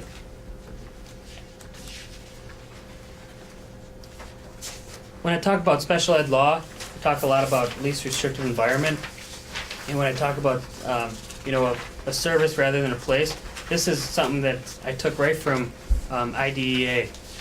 Education of children with disabilities can be made more effective by coordinating this act with other local educational service agencies, state and federal school improvement efforts in order to ensure that such children benefit from such efforts and that special education can become a service for such children rather than a place where they are sent. So there again is a big shift in our culture and in our practices. I'm going to defer to some of our staff members here. Co-teaching. What co-teaching is, it would be a special ed teacher working with a content teacher, together delivering a very diverse, rigorous curriculum that is integrating intervention and accommodations for students with disabilities and the regular education students. Overall, co-teaching helps to reduce student-teacher ratio and enhance classroom management, and it creates instructional options for all students and increase student participation and engagement. It also improves academic performance of students, and that's all students. Leveling the playing field for our special ed kids, they're able to perform equally as well in the regular content classes. Can you give a story, Laura? I mean, I'm removed and I hear story after story about how these kids are lighting up. Pardon me? That's coming up. Oh, it is, sorry. I have a lot of stories. I'll keep my mouth Just let me finish this important stuff. It's all important, but we gotta get this. Okay. We joke that co-teaching is kind of like an arranged marriage. It really is. Hey, that's part of mine. Hang on. Charlie, keep your mouth closed. Yeah, I know. Both of us. Jeepers, you guys are so eager to do our presentation. I'm feeling like sometimes Why our do you even PLC need is us also here? an arranged marriage. And if I could say something in all seriousness, I mean, we've had a lot of questions about, here's this person that doesn't have a license coming into my English class, and they're supposed to teach English. But the thing is, in this arranged marriage, you really, like a marriage, you have to capitalize on each other's strengths and realize what else they can bring to the table. So you have your content specialist, and now you have a spectacular learning strategist that can talk about differentiation and accommodation and providing access to the curriculum for these students. They can bring a ton to the table. Well, and also, if we want to have them into a classroom where they're not the content specialist, that's exactly what they were expected to be in the pull-out model. So why would we trust them to be on their own if we're questioning how well and effective they'd be with someone who is specialized in that area? So that's all the more reason why we should lean towards a co-taught model. With our neediest learners. Correct. Mind you. Yes. So co-teaching, what it is not. It is not a time for one teacher to go drink coffee, sit around. It is a time for joint planning, collaboration, interventions for all students. It's not a time where we talk about your kids, my kids. We don't divide the classroom. Me, as a co-teacher, I walk around, I service all the students there.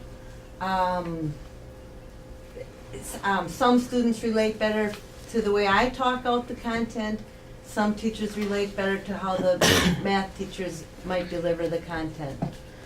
So it's a variety of expertises and strengths. It's a, a difference in vocabulary, a difference in defining terms or defining the content. You teach, I'll be the teacher in the teacher's lounge.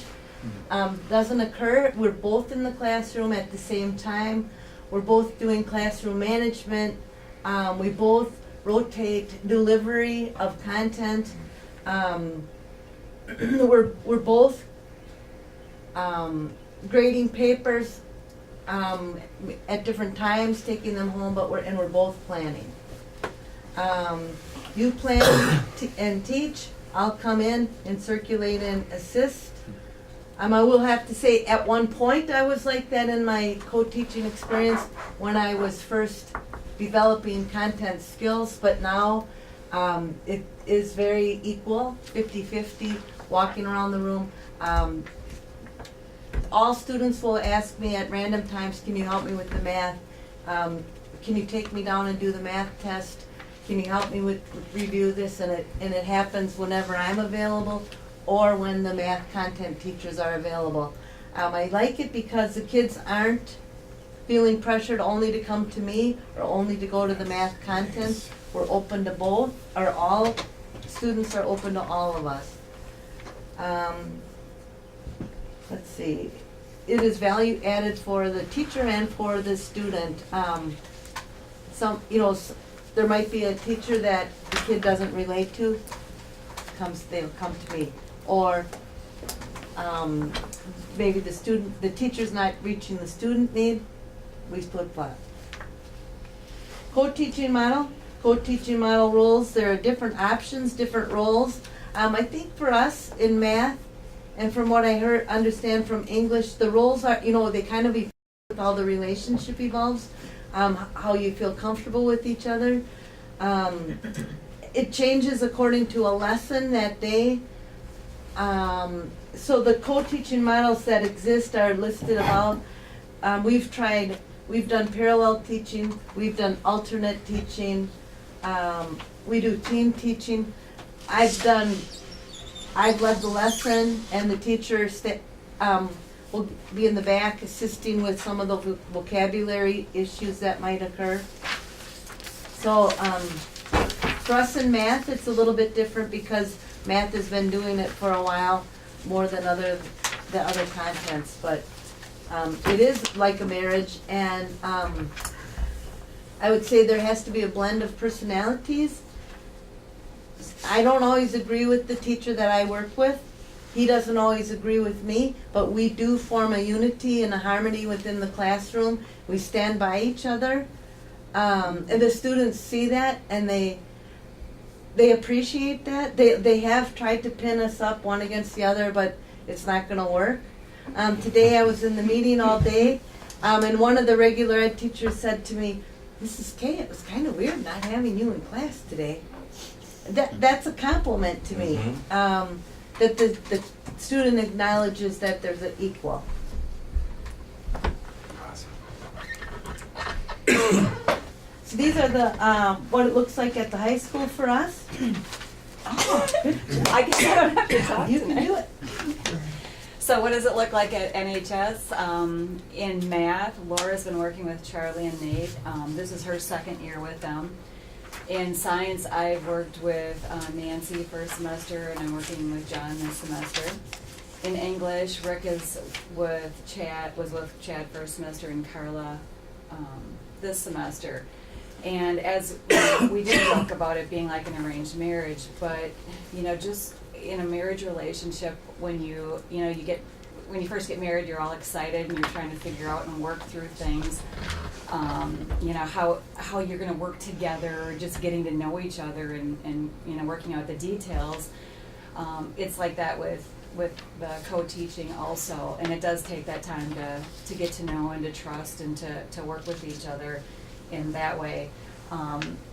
She's in her second year with math, and from my understanding, was it Hilbert? Mr. Hilbert he did some team teaching in math before this too, so they've been doing it a little bit longer. And, you know, the rest of us, it's our first year, so we're just really hopeful looking, you know, just seeing her just in 2 years, how things are gelling together and making a difference. You know, we're hopeful and looking forward to how things are gonna progress in the other areas as well, and potentially other classes too.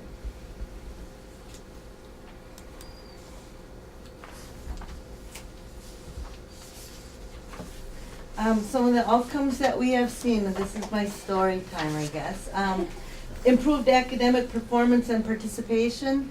The students are advocating to be in a co-taught setting. I've been in IEPs now where students will come and say, Mrs. K, can I go up to regular ed English now?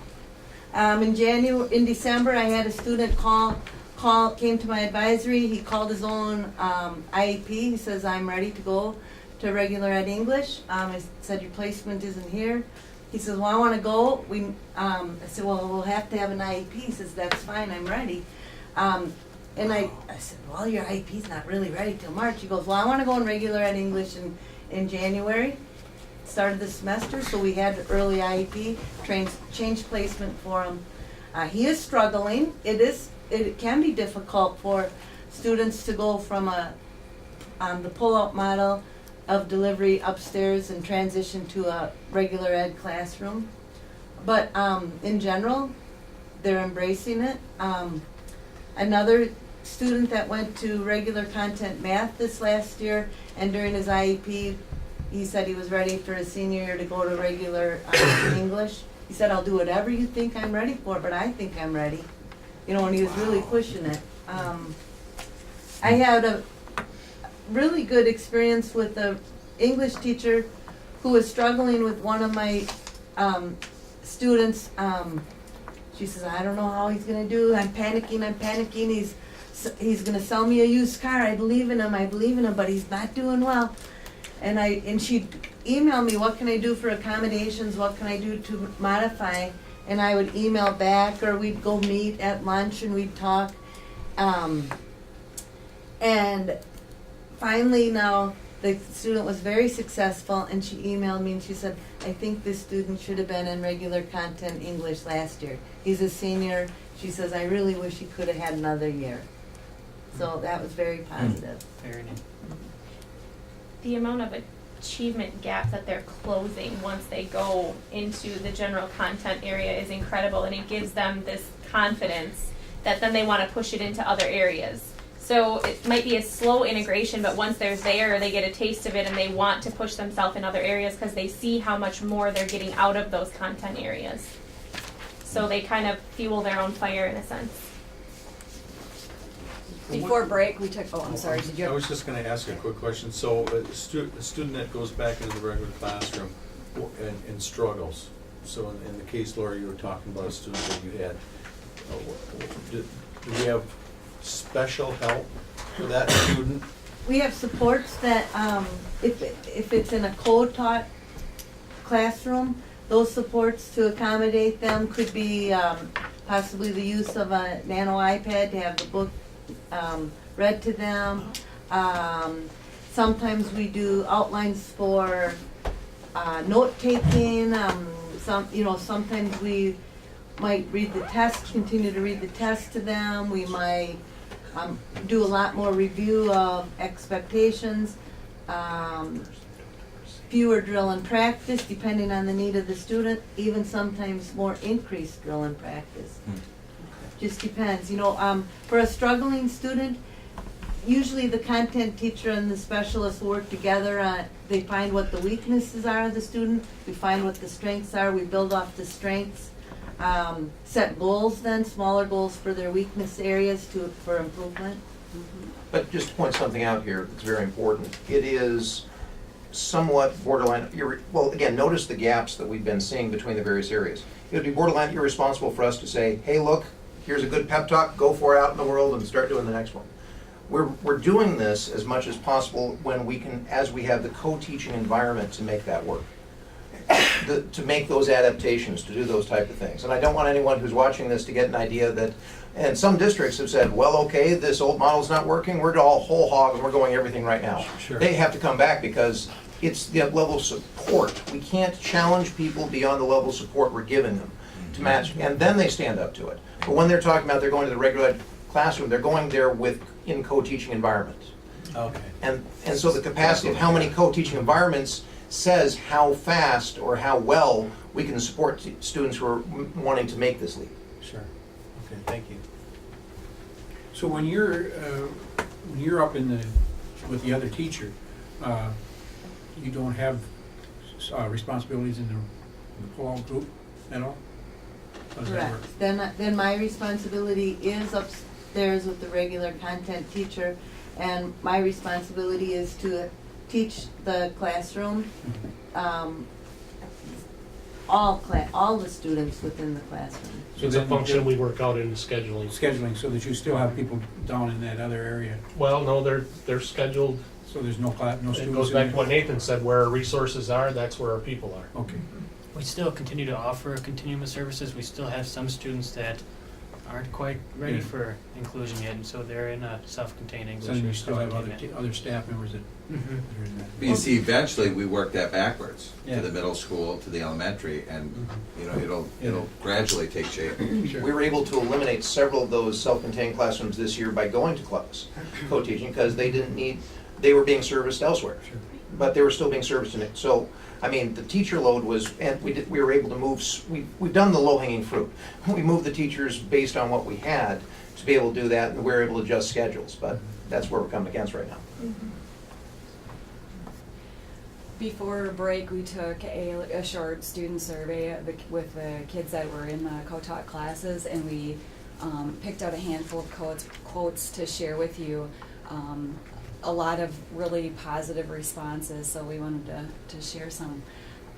The first student said, "I strongly feel like it's a giant help. I honestly don't know, or I honestly don't think I would have made it to senior year without their help. I've had more help and have gotten support not only academically, but emotionally. I have had as much help as I've needed. It's easy because when one of the teachers are helping another student, there's that extra person to be there to help and answer my questions. It doesn't waste my time, and it has made me more happy, and I enjoyed coming to class knowing I'll get help no matter what. Very well, I went from failing English to passing. I find that amazing because I stink at English." And the last quote, "I think I've benefited from 2 teachers because I actually need extra support for my writing or reading. Having 2 teachers, I've seen my grades improve a lot. First semester, I only had 1 teacher and I almost failed the class. This semester, I have 2 and have maintained at least a C+. So for us, it's really exciting seeing that they're looking at it in a positive way also. And I think that just the 2 people from what I've seen, and I know you alluded to this too, is just the 2 different personalities. You know, if you don't have connection with one, chances are good that you'll have connection with that other person. We just have a more option in the classroom too. I get to talk about the fun stuff. The difficulties that we're currently facing. The first is that we're spread really thin. You guys saw the numbers as far as being how our students are identified in comparison to state averages. And the one thing that's really hurting us with how thin we're being spread is because we only have the staff that we currently do, we only have 1 hour of supported freshman English. We only have 1 hour of supported sophomore English. So I have to make sure all of the students that are identified meeting the co-teaching model are in that specific hour. So that really pigeonholes what other electives that they can have. And I know specifically this year, I had a couple of girls who knew that they wanted to be in the co-taught English, but that cost them being in choir. So it was really hard for them to decide. They knew what they had to do, but what they had to do and what they wanted to do were very, very different. So if we were to have other options and add in more support in multiple hours, that would give us more flexibility in our scheduling. Right now, like I said, in the math, we kind of have that laid out where we have 3 years of support with Laura's assistance in that program. But for English, we were able to make it work this year, like Nathan had referenced. But we are currently servicing 13 sophomores in a co-taught environment. next year we don't have the resources to co-teach a junior level class because we don't have the hours available in our special ed teacher time. So those students are either going to have to regress and go back into the pull-out classrooms, which we're trying to avoid, or they're going to end up in a regular English class without the support that they need to be successful, and then we're going to lose all the momentum that we gained this year. As far as looking at next year's numbers and the scheduling process, which I've been working on in the last few weeks, next year we will be getting 12 students that are identified as LD. 8 of them are being supported by their case manager as being able to go into the co-taught English environment. For next year's sophomores, we have 15 students that are labeled LD, and all of them, they feel, their case manager feels that all 15 are ready to be in a co-taught environment. Most of our English classes run about 22 to 25 students. So if I put all 15 of them in the same hour, because that's the only hour we can have support, that kind of dilutes the process of the inclusive method. So 15 of the 22 are going to have an IEP. That doesn't make a whole lot of sense. And this year, like I said, the kids that are currently there, what are we going to do with them next year? So we have 13 that are kind of out there of we're not knowing for sure what's going to be the best plan if we don't have another support system in place for them. It will help us balance out our caseload numbers so the teachers can, the case managers can get to know their students and give them the time that they really deserve and making sure that they have everything under control with the IEPs. Not that they're not doing a great job at it, but it's a job in and of itself on top of the hours that they're teaching. Another thing that we're kind of feeling some growing pains on is the common planning time. Right now, that doesn't exist in our current schedule because our teachers are currently assisting multiple teachers. So Laura is with Nate and Charlie, and Michelle is with John and Nancy. Rick is with Carla and Chad. I couldn't line up 3 of my 4 English teachers or 3 of my 4 math teachers to have the same prep times. Whereas if we have an additional person to help with that, we can align one teacher with one special education teacher, and I can get them that common planning time that's huge. Anyone that we've talked to, a lot of the research that we've done shows how important the common planning time is, and without it, I don't know if we can continue to make the progress and gains that we've made this year. And it is a growing process. We're still learning and feeling it out, but that's why we've found that we have the need that we're discussing tonight. Thank you. So the state has given some direction as far as caseloads and their recommended numbers from DPI. So bear with me. It's a little bit confusing, so I'll do my best presenting it and explaining it. So what they've asked us to do is go through all of our students on our caseloads and level them based on severity and needs and such. So level 1, not needing too much support. Level 2, medium. Level 3 needs a lot of support based off of their IEP. So we've gone through and we've leveled all of our students, and this is their recommendations. If a student's level 1 and has an IEP from LD and it's a pull-out program, they recommend a caseload of 20. Per special ed teacher. Per special ed teacher. If they're included, it'd be 18. Now if you look where we lie, we have 23 level 1s identified, 26 level 2, and 18 level 3. So there's a good mixture of what we have as far as severity within our school. Looking at inclusion, for example, for LD, 13.5 would be state recommended caseload number. We're sitting at 21, an average of 21. We have 22 and 20. Our EBD, Michelle, looking at inclusion, recommended caseload number of 11.7 for level 2. Granted, a lot of those students are dabbling in the level 3 as well, but their recommended is 11.7. We're at 15. Looking at level 3, 8.1 is the recommended, again at 15. So what our proposal would be is to add an additional FTE, a 1.0, and that would come on as a cross-cat position to help balance the LD and EBD and put it at an average of 14.25, which is still above the recommended number, but it would certainly be huge. So a cross-cat position, say for a level 2 inclusion, they look at 9.9 as the recommended, and adding one would put us at 14.25. It would be a tremendous help. We are asking our staff to service differently, and when you talk about spread thin, they're certainly busy. They're busy people, and we greatly appreciate them. And we want to support them, and we certainly want to make the difference for our students and have the greatest impact on them as we can, and to continue to close the achievement gap, which has really been the theme of this evening.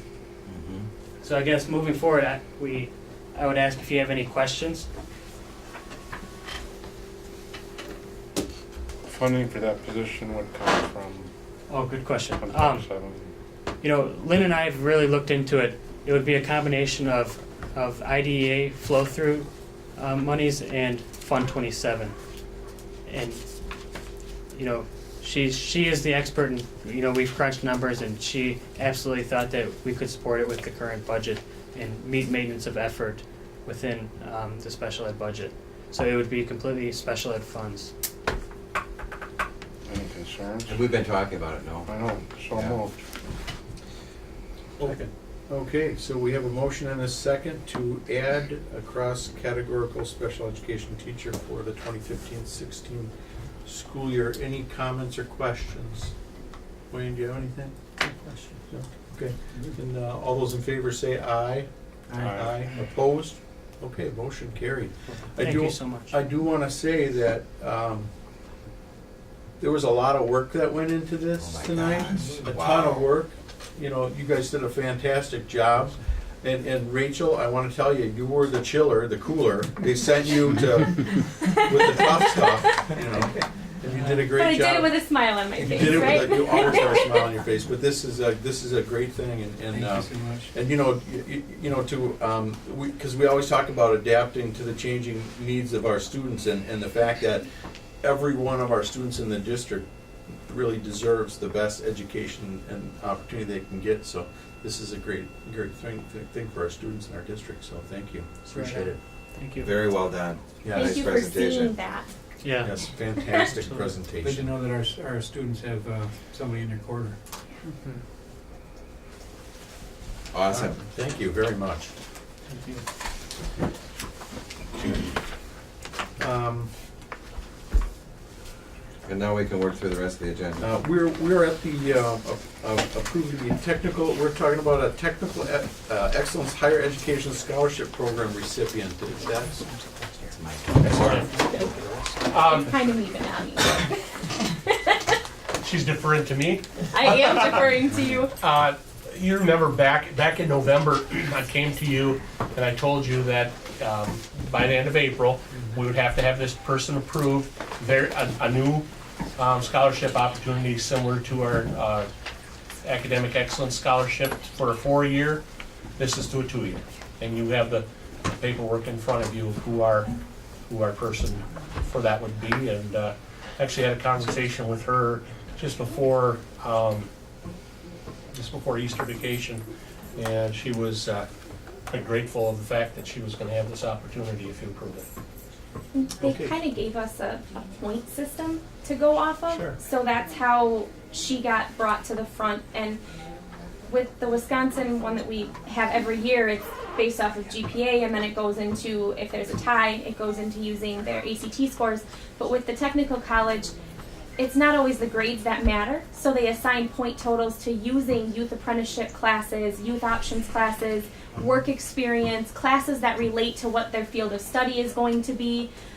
So that's how that person is identified. So there was 8 different benchmarks, and then there's a point system assigned to each of the 8.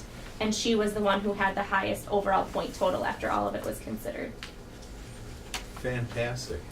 Okay, so We're looking for a motion to approve the Technical Excellence Higher Education Scholarship Program recipient. Kendra Elliott. And her name is Kendra Elias. So moved.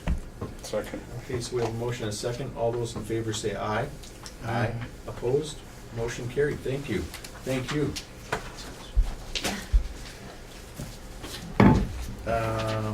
We are at Pacific International Property Purchase, possible action. Can we do RTI first? I'm sorry. Oh, okay. And that's Nathan. Oh, well, all right. So, hang on, I need an agenda. Oh, you want us to move ahead to the Pacific International? If you will, okay, so, just a quick note I'd like to, and quite frankly, today already has all the illustrations I'm gonna need for this a little bit. I'm gonna refer to them, especially since I just turned the board off. RTI is a lot, you've heard the language you referenced a couple times tonight. It means response to intervention. When we're talking about response to intervention, this essentially is a growing focus on how schools are being run to go ahead and how we educate people. You've heard three phrases termed, Tier 1, Tier 2, and Tier 3. That came, Megan referenced it, a couple others that come on. Let me just give it an overview of how that works. Tier 1 in response to intervention basically means everybody does it. It's also known as universal. So for example, if we're going to have a response, if we're going to make an approach to go ahead and have restorative justice be in the high school, then that means that this would be something that each teacher would go ahead and do, not just certain people who are at the margins of doing something. But everyone has the same area. And that works very well as preventative and just creating those areas. Tier 2, what that means is those are those people who can succeed but need some additional help to do so. Academically, that might mean that they're currently running maybe 1 to 2 grade levels behind, but so with additional extra help, they can go ahead and stay there. In a behavioral area, it might mean that they might have some areas that they don't get along with some people or don't handle problems or emotions well, but with coaching and with ways to be able to bring them back that they can stay in an inclusive area. Tier 3 is the more extreme of things, and that is where people move to that are really not functioning well in those, even in Tier 2 areas, so we need additional resources. A thing to note on here is that a healthy mix of these tiers is, the first one is about 80 to, Tier 1 means it's replying to 80 to 85% of your students. This is often expressed in the form of a triangle. So the base of it is pretty much that is, you're doing that, and whatever you're doing applies to most students. People who fall into Tier 2, generally that breaks down to about 10 to 15% of your students. And so those are ones who can get additional support. Like for example, this would be let's talk about what we just talked about, co-teaching. Co-teaching is a Tier 2 intervention, because those, we're giving them additional support, but they're able to succeed in those areas. And so if we're having, pulling them out is actually a Tier 3 approach to something. We had an inverted pyramid.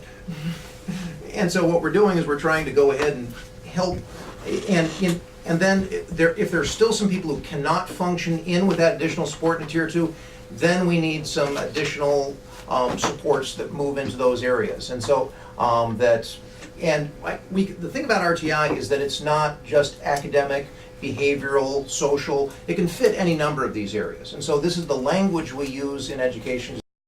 I get an idea of, okay, if there's a problem, do we not come in with the biggest hammer possible, but what's the appropriate response? Because overreacting creates more problems than it addresses. And so really that in those situations, the goal of this is to be able to help students get what they need. A student might be needing Tier 2 support in English, but is absolutely fine in math. A kid might be struggling as all get out in math and be Tier 3, but be Tier 1 somewhere else. Someone might be Tier 1 academically, but Tier 2 or Tier 3 behaviorally. Again, we're complex people. And we're trying not to reduce people to a point on a scale or a label.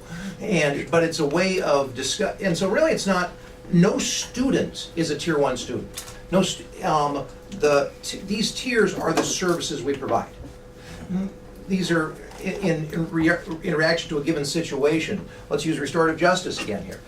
Someone went ahead and got sideways with the teacher and tried to sell him a used car. I was going to wonder about, I'll use Laura's expression on that. And what we're trying to do there is just try to repair that relationship with that student. However, can that succeed just with a quick talk in the hallway, something like that, which might be a tier 1 or just in the normal case of things, or do we need to call a circle to go ahead and clear the air and do that, which would be more of a tier 2. And then when maybe something festers for a while, or if it's extremely extreme, then we'd be talking about a tier 3 circle that you're doing all kinds of extra prep above and beyond. So the level of response of services or response that we do to a given situation really depends on what the need is. And so we're using that language tier 1, tier 2, tier 3. Now, one other thing I want to point out that's very important about this is that these are not, it's labeled response to intervention, so many people mistakenly say, oh, that's a special ed program. Someone's not struggling, so let's go ahead and let's ramp this up. No, actually, this is the same language that's used in gifted and talented. There's students whose needs are not met by our basic, they need more of a challenge. But do they need more of that challenge by additional, perhaps, pull-out units or ways to be able to, hit the ball a little farther in the classroom? Or there are some students who need alternate curriculum beyond what we can provide. That's where we have our youth options and various other type of things that are going, and that would be maybe a tier 3 approach, because we just can't service that for some of the needs that they have. Now, online classes can fall into some of those areas. And so really, it's not really, and so when we're talking about what tier are we, again, it's not a label. It's real, but it's language we use to help us understand what's a flexible way to go ahead and identify students' needs and create an appropriate response and systems for that. And as much as possible, we're trying to, rather than say, we're getting away from the paradigm as if someone needs help, we're going to try and help them as much as possible, as close to a tier 1 or a tier 2 as we can, to not just build capacity in the staff and just start shooting everybody off everywhere. But that's best for the student too. That sort of helps as staff. Now this is a growing process. This is not just in doing this, we've done by and large, if you look at our academic scores, they've been very solid. And we've done well by that. Again, we've mentioned some of the hiccups that we've been facing more recently in our attempts to address those.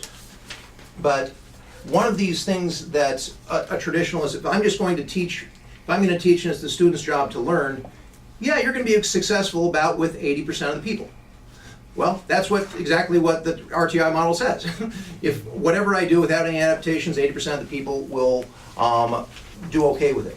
However, we need to use this language and talk about RTI. How do we address people on the margins? If we try and differentiate and try and identify where people are at and find a way to meet them there and get more, and one note, the more we keep climbing in a tier 2 or tier 3, the more resources we have to bear. We can't ask a teacher to go ahead and prepare 3 different curricula in any given area, but we can give them resources to coordinate among. Let me give an example of, for example, one of the things that we've been looking at, and we haven't pulled any triggers currently on this, but we're researching the issues of our reading scores. That we're doing well on that. There's some areas that we want some improvement in, but let's say that there's some students that are 1 or 2 grade levels beyond. Scaffolding and working in the classroom, doing some tier 2 approaches can catch most of those. But if we've got some students who are reading a full 5 grade levels behind level, and we've got them, and they're there in any district. Just giving some extra time in just a co-teaching environment is not going to meet all of their needs. And so what can we do to be looking at programs such as a Read 180, or what can we be doing to look at additional resources to bear that, again, those additional resources are a much smaller sliver of the population that you're really intensive supports. But so just to summarize all of that in a nutshell, the RTI language, responsive intervention, is really about how can we go ahead and identify student needs and how can we go ahead and organize ourselves to flexibly identify, talk about, and then address them. Not just with struggling students, but also with very excelling students, but really it comes down to, are we meeting people's needs and what's our next response? So, any questions that you have? I don't have any questions, Nathan, but it makes perfect sense, you know, and we talked about this a little bit in the last segment about understanding students' needs and then changing and adapting to their needs. So this obviously ties into that conversation very well. And this fits absolutely hand in glove with PLCs. I mean, it is. Oh, absolutely. A PLC is looking at the data, who's left behind, who do we do? In And fact, this was the third time I believe that we've talked about it. Yeah. okay, so Thank you. Appreciate it. And if I may just, RTI goes hand in hand with the new specific learning disability criteria. So December 2013, they came down with, in the past we looked at what was called the discrepancy model. We looked at the student's cognitive ability and achievement data. And if there was a discrepancy, we were able to make the determination if they qualified for SLD. And now they've really, paired it with RTI, and we're making sure that the student is, that gap isn't present because of inadequate instruction. So they're asking that at least 2 interventions, usually 8 to 12 weeks of heavy dosage with 80% fidelity is really provided to these students. And then we look at the data, as we go, and we determine, well, is the student making growth, or is it inadequate instruction, or is it due to a disability? So it's causing teams to really look at data differently to make those critical conversations in a student's life. And that scared me too. That was good. So it's a good thing. Yeah, it is. Very good. It is, and it's making it teams having the right conversations about students. They can't just push a referral through. So hopefully we can start lowering our numbers, because they have to provide the interventions at the general ed level before it comes to special ed. And identifying the right intervention. Yes, That's very super specific to the skill deficit. And now there's 8 areas of SLD you can qualify under. So it's, reading comprehension, oral expression, math comprehension, so it's very specific. Thank you. Good stuff. Thank you very much. Are we ready to move on? We're ready. Okay, then the next item on the agenda is Pacific International Purchase, possible action. So, what I have here is a memo that discusses contingent on approval at the second annual meeting. Next steps to pursue the purchase of the Pacific International property are for us as a board to work with our attorney to develop a proposal, an offer to the owner of that property. So in talking with our legal counsel, what we need to do, if we decide that the board wants to move forward with the purchase of the property, the vacant property, we need to prepare a proposal that he would then draft and deliver to the owner of the property. And just so everyone here understands, there are two lots that became available for sale that were previously owned by Pacific International there to the west of the track area. One lot, the southernmost lot, is a vacant lot. There are no buildings or anything on it. That one's closest to the track. There's a northern lot that has a garage and the commercial building that Pacific International used. That's probably like 8 acres or something like that. Those 2 pieces of property went up for auction, what was it, last year? Last year. Last year, and they didn't sell, but the bank has since then took possession of those pieces of property, and we had talked about it previously, the board has talked about it previously, about looking at the opportunity of purchasing the vacant lot to the west of the track. Right now there aren't any plans to develop that lot, but down the road, it could be 5 years from now, it could be 10 years from now, 20 years from now, whatever.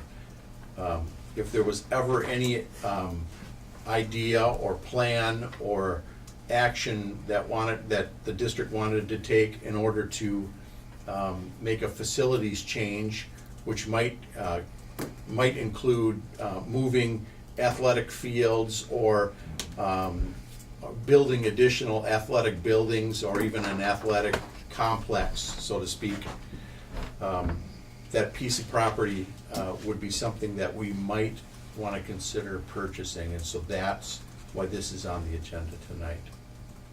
Okay. Just wanted to put that out there so everybody knew. I'd like to add, if you're gonna build a 9-lane track, you need that additional property. And that's what we need in Nekoosa. That's why we can't have any of these tournaments over here. We've got a 7-lane track. And our track really needs some repair.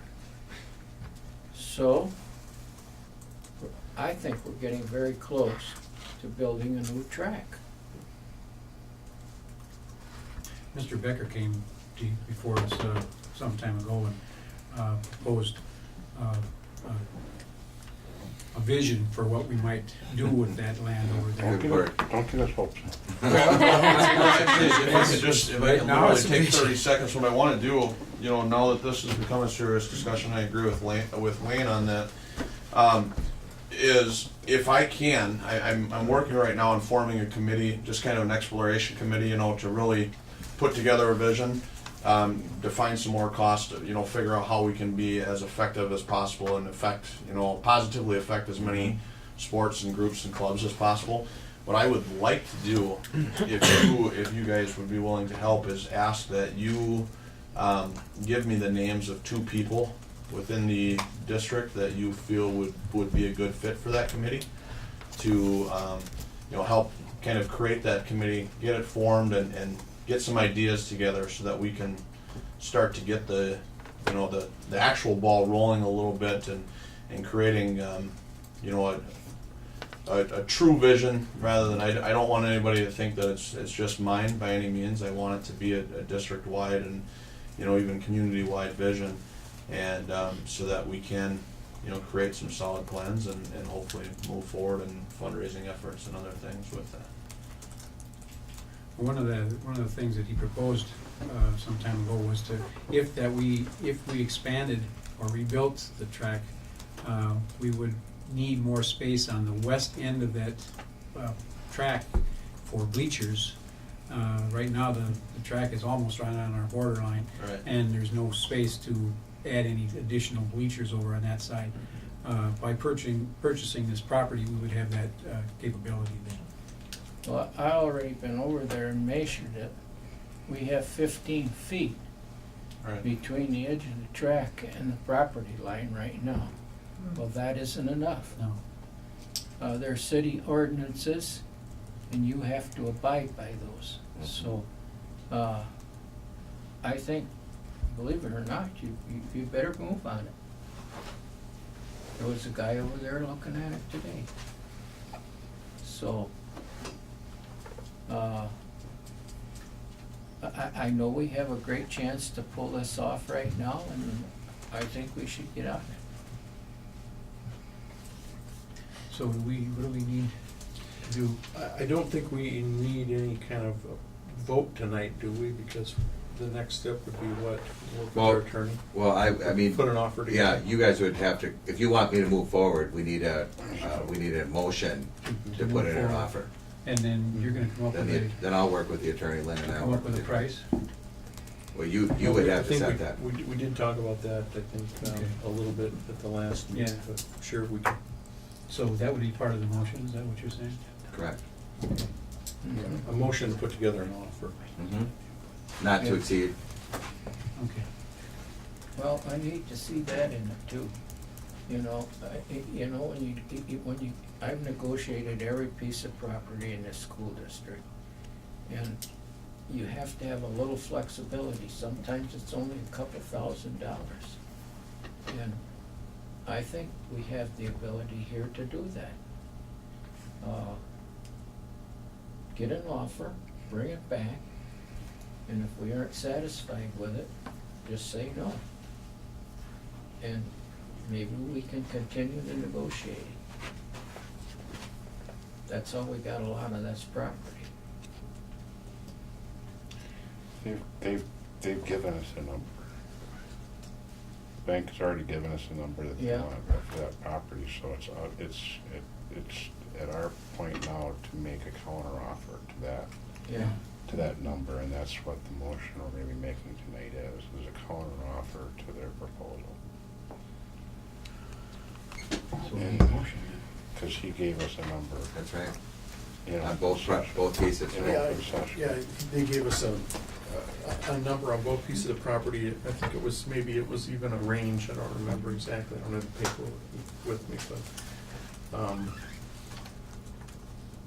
I think at a previous meeting, something was thrown out around the $50-some thousand area, I don't remember exactly. Right. So, that would give you an idea. I think we were talking about 50, 53, 54, something like that, seems to stick in my mind. Yeah. I really need to make it public, you know. If somebody else is really interested in that, and you put that out on the street, somebody's gonna just up your. They already know about it. Huh? They already know about it. They know about it. Well, at any rate, if we want to put together a proposal to purchase, then we're gonna wanna have a motion, and we'll probably wanna have some number not to exceed. Correct. You can always go back and make this counter offer. If there's a I'm sure we're counter. gonna be countered. If there's a counter, then we can have a special meeting. Yeah. Yeah. Sure. And I believe they said 70 or 75 for that property. 70. I don't remember. I what it was. remember more than that. That was conjoined, though, I believe. That was for the 12.5 acres.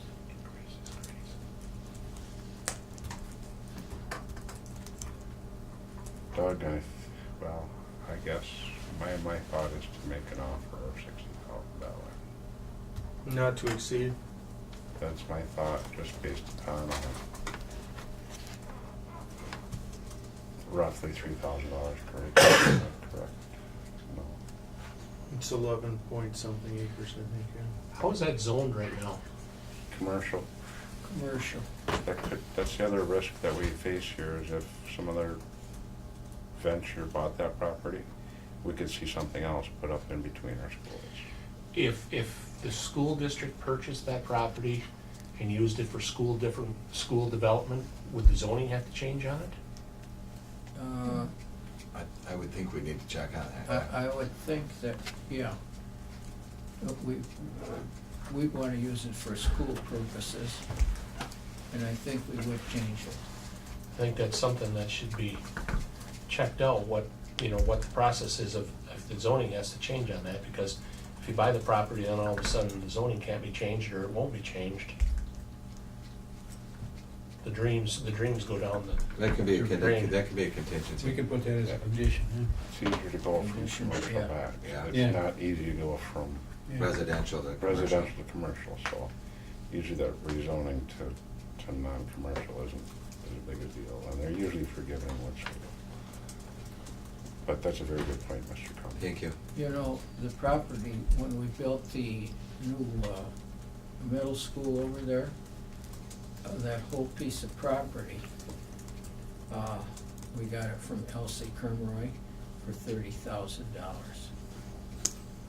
And that took a little negotiation. And that's what I do. You know, I don't care if somebody says, I want 60,000. We'll offer you 45. Quite a few examples around the district of your work, Wayne. I know there is. Thank you. We could have had that property before, too. Yeah, we Let could that have. be known, it was offered to us. Yeah, we could have. So Much you, lower. Yeah. so you make the So- motion then? Well, I guess, Doug, the numbers you looked at, is that the number that was in here? Well, Ballpark? if you make I it. wanted to go lower to begin with. If you're making a motion at 60, then that will cover it. That doesn't mean we have to put an offer at that, that's just the cap. That's the top, yeah. Yeah. For now.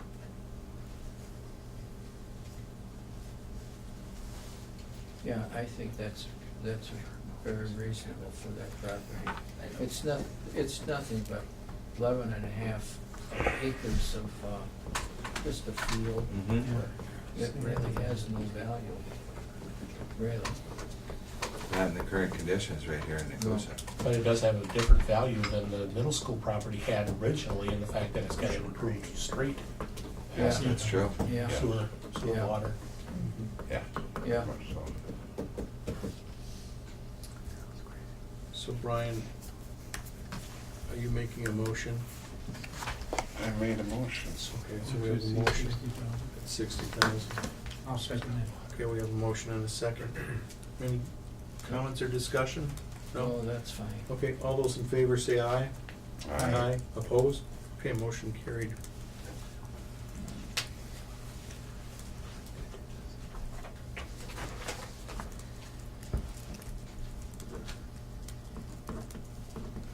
Next item on the agenda, are you covering this one, Terry?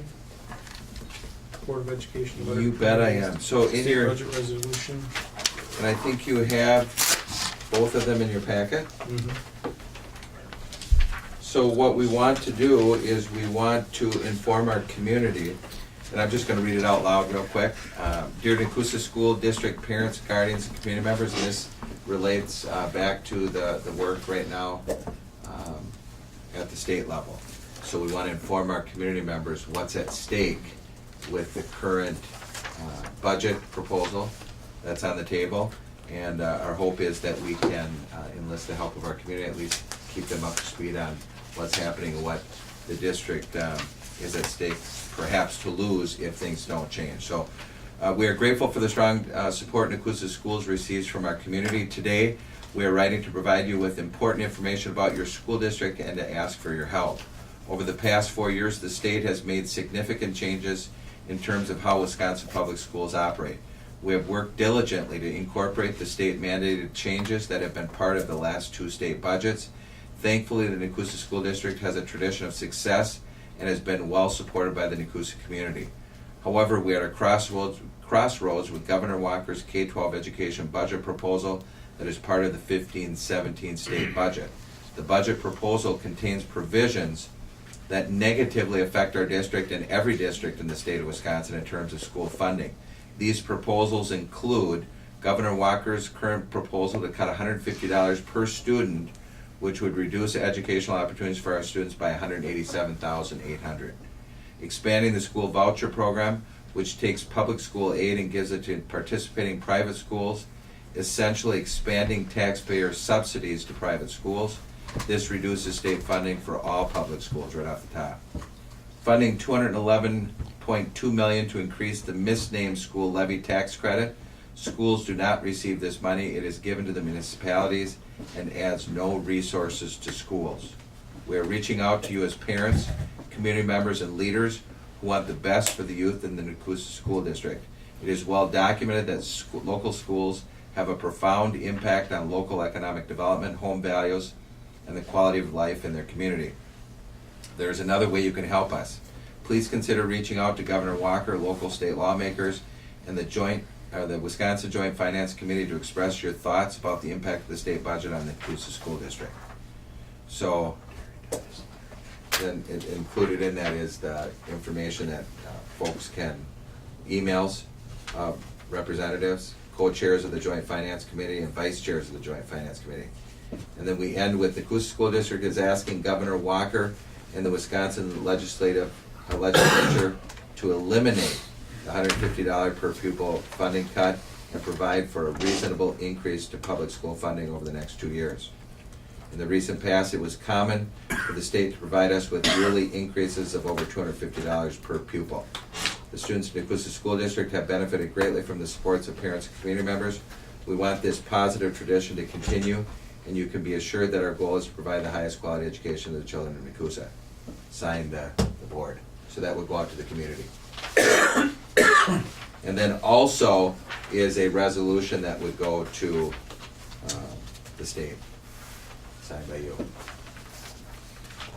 citing some of the same points. Very good. Very good. Now, when we send this out to the community, is this gonna be a separate mailing? What is that's what we were thinking, right, Diana? Yeah, I think so. Yeah. We've got what does it cost, Diana, to send out a separate mailing? We're gonna send it to All the property owners in the Nekoosa school. 54457. How much? I'm not sure. I'll have to check. We'd have to look at everybody in Saratoga, Rome. Yeah, Or- I can do it and send it out. Yeah. So, many districts are doing this, so I knew that Nekoosa needed to get on board with that. And I think it just sends a good message to our families too, and community members. So do you want to sign these, Wayne, and I'll pass these around? Yeah,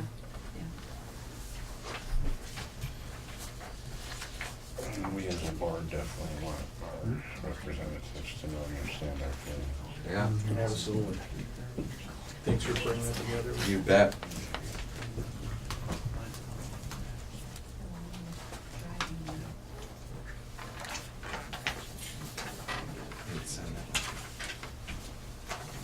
All right. Any other comments on that? While these are going around, then how about if we move on to the next That's great. discussion?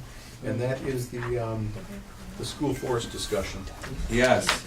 So just giving an update on the school forest, we've had conversations about the school forest, and I think I shared with the board that we've been working with the town of Rome, right? I think I've sent an update, and I think we talked about it at a previous meeting. While spring break was going on, Lynn and Nathan went out to one of their meetings, and so I'd just like, can you just do a 2-minute? Yeah, just less than that. They were talking about a couple different initiatives of what would a partnership look like.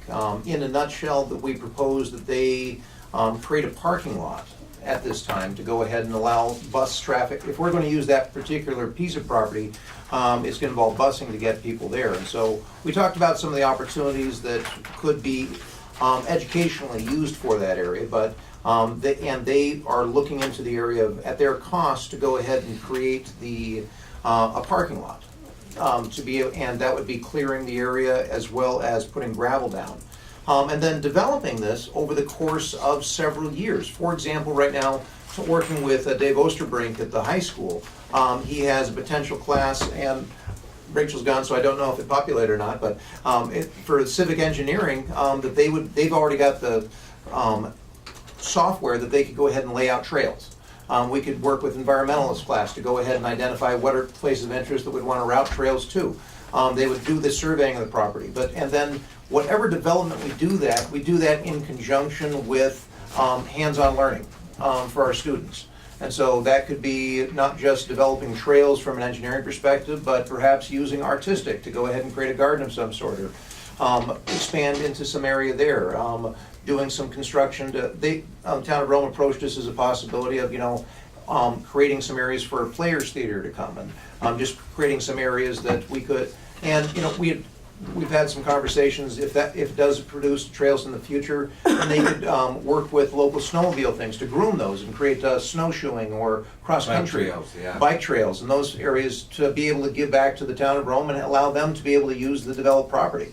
But we would do that hand in hand with being able to learn and develop and use the educational needs of our school district. So the idea is not like, let's get one master plan and let's see it through over the next few years. It's where can we allow each succeeding generation of students to gain ownership and leave their mark, and as well, and develop those type of areas. And it was well received, and they're looking at it right now and costing out what it would cost to clear that with gravel, and then looking at some of the other areas beyond that. One last thing in there is that there's a proposal that there is the old Chester Schoolhouse that's currently sitting just right off of Z, that that whole area originally was the Chester School Forest.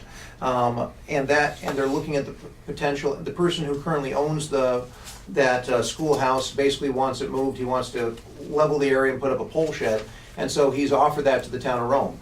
They're not committed one way or the other, but right now they're pricing at, again, moving at their cost, taking that school building and then moving it over onto the school forest property.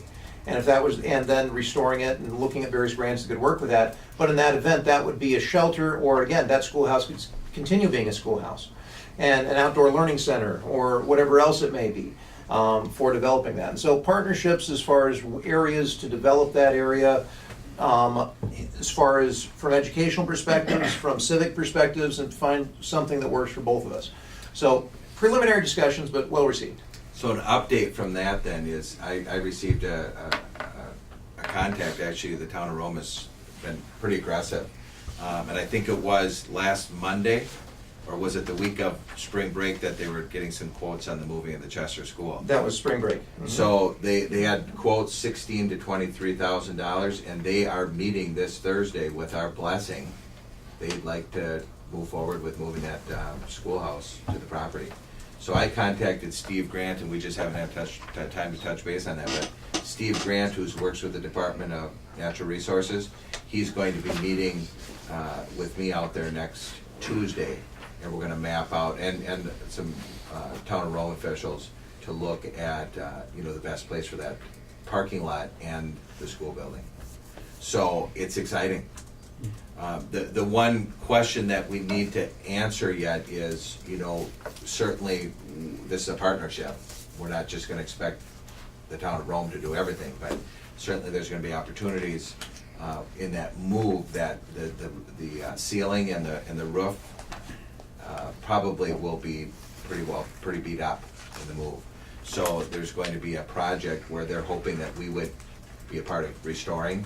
They're gonna put the foundation down, get the building moved, so I think they've got upwards of 26,000 into the move, and they're looking for a partnership with us to help in some ways. So I don't know what that looks like yet, or what that's gonna sound like, but certainly I'm thinking we can get some One of the things volunteers. we're looking at is, like Dave Osterbrink has noted, that we could go ahead and take some of the vinyl production they do and put a sign up there to say future site of this thing, and for if people are interested in donating towards it, here's how to go ahead and do that and set that up. And Lynn has been investigating how to go ahead, people could come up ahead of a QPC code that they could go ahead and donate using their mobile phones. But to create some vision of what that would be, that we could do that and work with this year's students yet, to go ahead and get that sort of up, but then just draw people into the conversation. So again, we're trying to do it in those areas too. A couple of years ago, Mr. Osterbrink had some of his students design a learning environment that he just actually used some property out here, and they designed some buildings that could be used as a learning environment. Would there be some possibility of getting grants that they could do something like that in that property as well? And our students could Right, and potentially, there's any number of grants. Of course, some of those grants are tied into the same next 2-year budget as far as theirs, so we're gonna have to wait to see their availability. We've got several already identified. Next year, anyway. Right, we passed the next But grant we've been cycle, working but- with UW Stevens Point, Sure. and they've got, some opportunities that we can take advantage of. So You know- they're excited to partner with us. My third year on the school board, we closed that school, along with 4 other country schools, and brought them all to Nekoosa. Interesting. That would have been what year then? I think 71. Oh, you might can preside over helping opening it back up. Yeah. I'd love to be there. Yeah, the ribbon cutting ceremony. Yeah, Huh? I'd love to be there. Yeah. So that's just a discussion, but I'm assuming that the board wants us to move forward with this. If I may just plug for CWSA for a moment. Oh, of course. This is something that we have been wanting, an opportunity like this from the moment of inception. This is something that our STEM students would really benefit from, as far as designing, getting their hands dirty, working with these types of things that can carry through while they're in high school as well. And, you know, they could go out there and spend the day, because there'll be, Oh, you know, absolutely. restrooms, I mean, they wanna have They it all, could be helping electricity. design the Yeah, trails. water. Sure. Any buildings that we have to. Wow, won't that be Mhm. cool? Yeah. Cool. Some unique projects that would really help it in I their think the school development. districts owned that for about 35 years. The only value that we got out of it is we cut pulp in there about every 5 years. And Steve did mention that that could happen again now. So there's probably some monies there that we could use to, Sure. yeah. Perfect. Thank you. Thank you, thank you. Next, recommendations for possible employment. So we have Ian Porter, special education teacher assistant at EMS. You want to say anything about Ian? Sure, long story short, beginning of the year, we found the need to bring a part-time sub, and Ian eventually filled that sub, and so he's been in that position essentially the whole year. We are now essentially hiring him, and the purpose of that is to fill a student who's been severe cognitive needs. So That moved into the district. he moved into our district in August. And we're able to bill the previous district. Good point. Mm-hmm. So it's not coming out of our budget right now? Well, this year it is, but. We have to front it and then. Do you want two separate motions?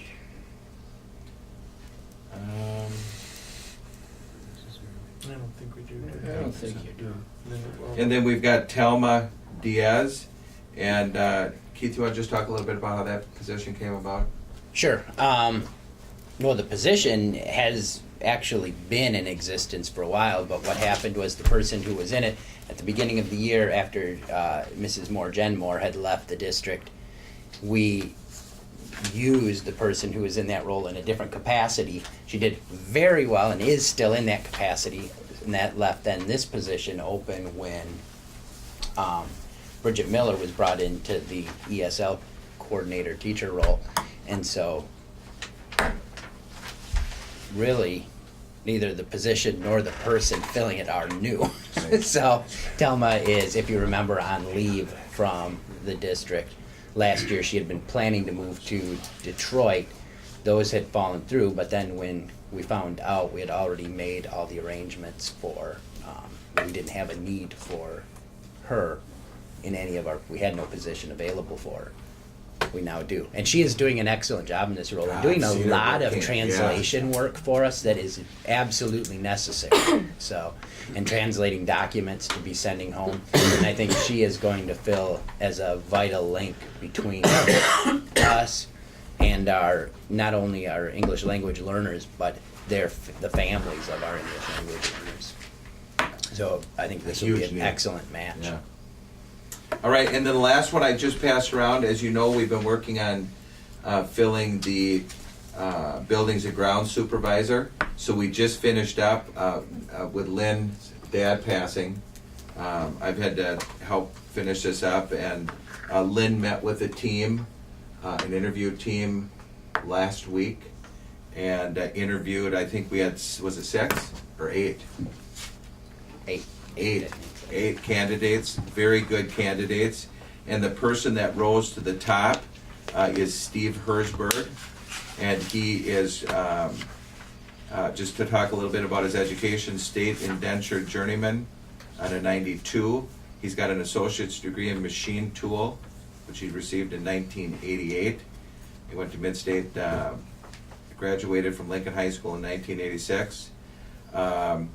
Just to talk about some of his skills, knowledge of gearboxes, large lathe operation, efficient troubleshooting, works exceptionally well with others, excellent blueprint reading skills. He's got the electrical and plumbing. He's got a construction background. So he's been a machinist here at Nekoosa Corp. Since 1998. So came very, I ended up talking to some of the folks that he's worked with in the past. Comes very, very highly recommended. So be lucky to get him. We did the range that it topped out at 55. So the recommendation is that he come to us at 55,000, and that's full-time all year. I don't know, did you have any comments? I mean, with the way Lynn worked it, is we collected input from the team, and he was at the top of everybody's list. I went out, I personally called folks and did had some conversations with several of the candidates, employers, and people that had written recommendations, and they said we would be very lucky to have it. So, any questions on that? Do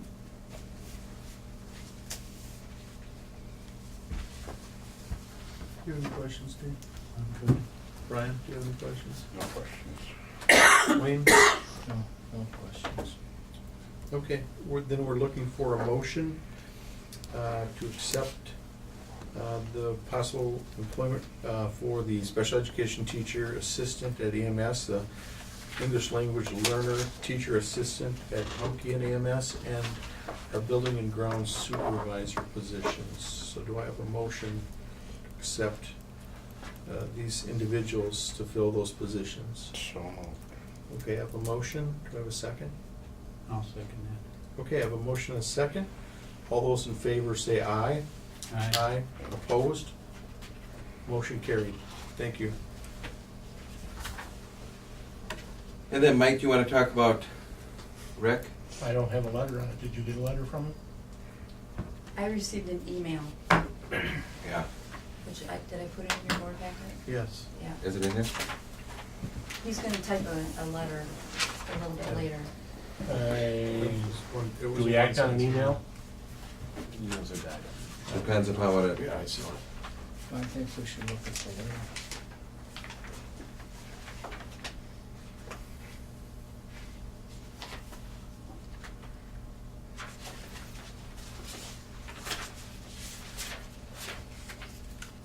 The reason He writes, Diane, I will not be renewing my teaching contract for the school year 15-16. I think that's very appropriate. Okay. Rick is been offered an opportunity to oversee sounds like a welding and fabricating training program in Eagle River. So he's been with us 1 year, served us well in an LD role at the high school. And this position would be, now with your approval of that other one, it would be very similar qualifications, so we could actually, well, with a little luck, glean two from that posting. Would this be a cross-categorical? Yes, it would. Definitely. Yeah, okay. So, Carla Leonard and Dawn Carlson, you want to? Carla has been our head volleyball coach and has opted to step away from that. And Dawn Carlson, short-time assistant track coach, has opted to step away from that. All right, so. Okay, so we'll need a motion. Also move. And a second? I'll second. Okay, we have a motion and a second. All those in favor, say aye. Aye. Opposed, motion carried. Donations, we have several donations. to read it? Sure, thank you. Nekoosa Public Library donated a large crate full of food for Backpack for Kids. Anonymous donation, $100 for Backpack for Kids. The Fishery brought in $5,210 this year. Hippo, $457.95 towards supplies for Humke Readers Club. Hippo, $89.99 towards a pencil sharpener for Humke. It's an expensive sharpener, Mr. You know what? Pencil sharpeners are a real pain in the neck. Boy, are they. And actually, we went to Hippo asking for a $50 pencil sharpener, and they are the ones who said, we'll give you up to 100, get a good one. So I'm bringing my pencils over to them now. Eunice you stay Humke. away from the pencil sharpener, that's what wears them out. Eunice Humke, $100 towards new outdoor sign at Humke Elementary, which I think we talked about last month. Gare Walta, $500 for the skate park, and a cash donation of $30 for the skate park. Okay, so I'm looking for a motion to accept the donations as presented. Okay, we have a motion, we have a second. All those in favor, say aye. Aye. Opposed, motion carried. Thank you. Thank you very much for the donations. Yeah, wow. Fishery, Fantastic. It's amazing the support that the You know community what? has for the school district, so thank you very much. I messed up. We gotta go back to resignations, retirements. We've got 2 additional ones. And you have the letters for them. Lisa Dalsing, you have those in front of you? Do you mind, Mr. President, if we go back and, Hold on They're one laying on second. the table, those two letters. for you to read. Oh, here it is. Okay, I'm sorry, go ahead. Lisa Dalsing, our third grade teacher over here at Humke. She's been with us a year. She's resigning. And then Stephanie Getz, who, if you remember, she is our kindergarten teacher that was in the accident. And moving forward with, what we've been talking about. Okay, so we need a motion and a second to accept these resignations as presented. Also move. Okay, we have a motion. Second. We have a second. All those in favor say aye. Aye. Opposed, motion carried. Thank you, Mr. Whitmore. Board members, you've been presented the consent agenda, including the minutes for past meetings, the treasurer's report, and the check register. I'm looking for a motion and a second to approve those as presented. So moved. Do we have a motion? Second. We have a second. Any discussion before we approve? Okay. All those in favor say aye. Aye. Opposed, motion carried. Next item is the budget update, energy efficiency update. That was a Lynn. Yeah, that was a Lynn thing, so please read it over in your, have you had a chance to look at it? We're good on, yep. Yeah, I'm fine with it. Okay. Wayne, do you have any Wayne? questions on that? No. No? Okay. And we are not going into closed session tonight. We are not going into closed session. Okay, so that means, I think, other than the one last item, future agenda items. Right now, we have surveys as a future agenda item. Any other ideas for future agenda items that we need to talk about? One thing I was gonna mention as a future agenda item was perhaps maybe in the fall, your team could come back and tell us, give us an update on what we discussed tonight. You know, some of the things that are working, some of the things that aren't working, maybe future needs, that kind of thing. So you can put Well, that down. and could I add to that, the work that is really coming together, I think, quite nicely here now. And we're gonna be talking about this Thursday night with CISA 6 and the administrator evaluation, but they'll need to be coming forward at the end of the year to give a report on how the SLOs shook out. This summer, their SLOs should match up with the district SLO and the work that I'm doing, right? So these pieces are gonna start coming together, I think, better. So that you're getting a beginning of the year look at, why we're determining the SLOs that we're determining, a mid-year look, and then a year-end look, so that we get into process of really that continuous improvement. Is that helping, Doug? Thank you. Did Any you get a other? resolution, a motion on your resolution? Also move that we adjourn. Did we get a motion on the resolution? I don't think we did. Did we need it? Well, I think we probably better have it. So going back to F, Okay, then we need a motion to Send the letter out. approve and execute the budget school funding resolution as presented. So moved. Okay, so we have a motion Second. and a second. All those in favor say aye. Aye. Opposed? Motion carried. All right, with that, unless there are any other closing comments, I'm gonna ask for a motion to adjourn. Lynn did have a child count audit, and there Oh, were oh, oh. no findings. no Yeah. findings. Okay, She was very happy about That that. was thank you. Yeah, the auditors were here for 2 the days. membership audit. Before we adjourn, I just want to say thank you to everyone for participating and coming to the meeting. Great information tonight, and I thank everybody for being here. So, thank you. So we need a motion and a second to adjourn. We have a motion. I'll second it. Okay, all those in favor? Aye. Opposed? Okay, we're adjourned. Thank you very much. Thank you.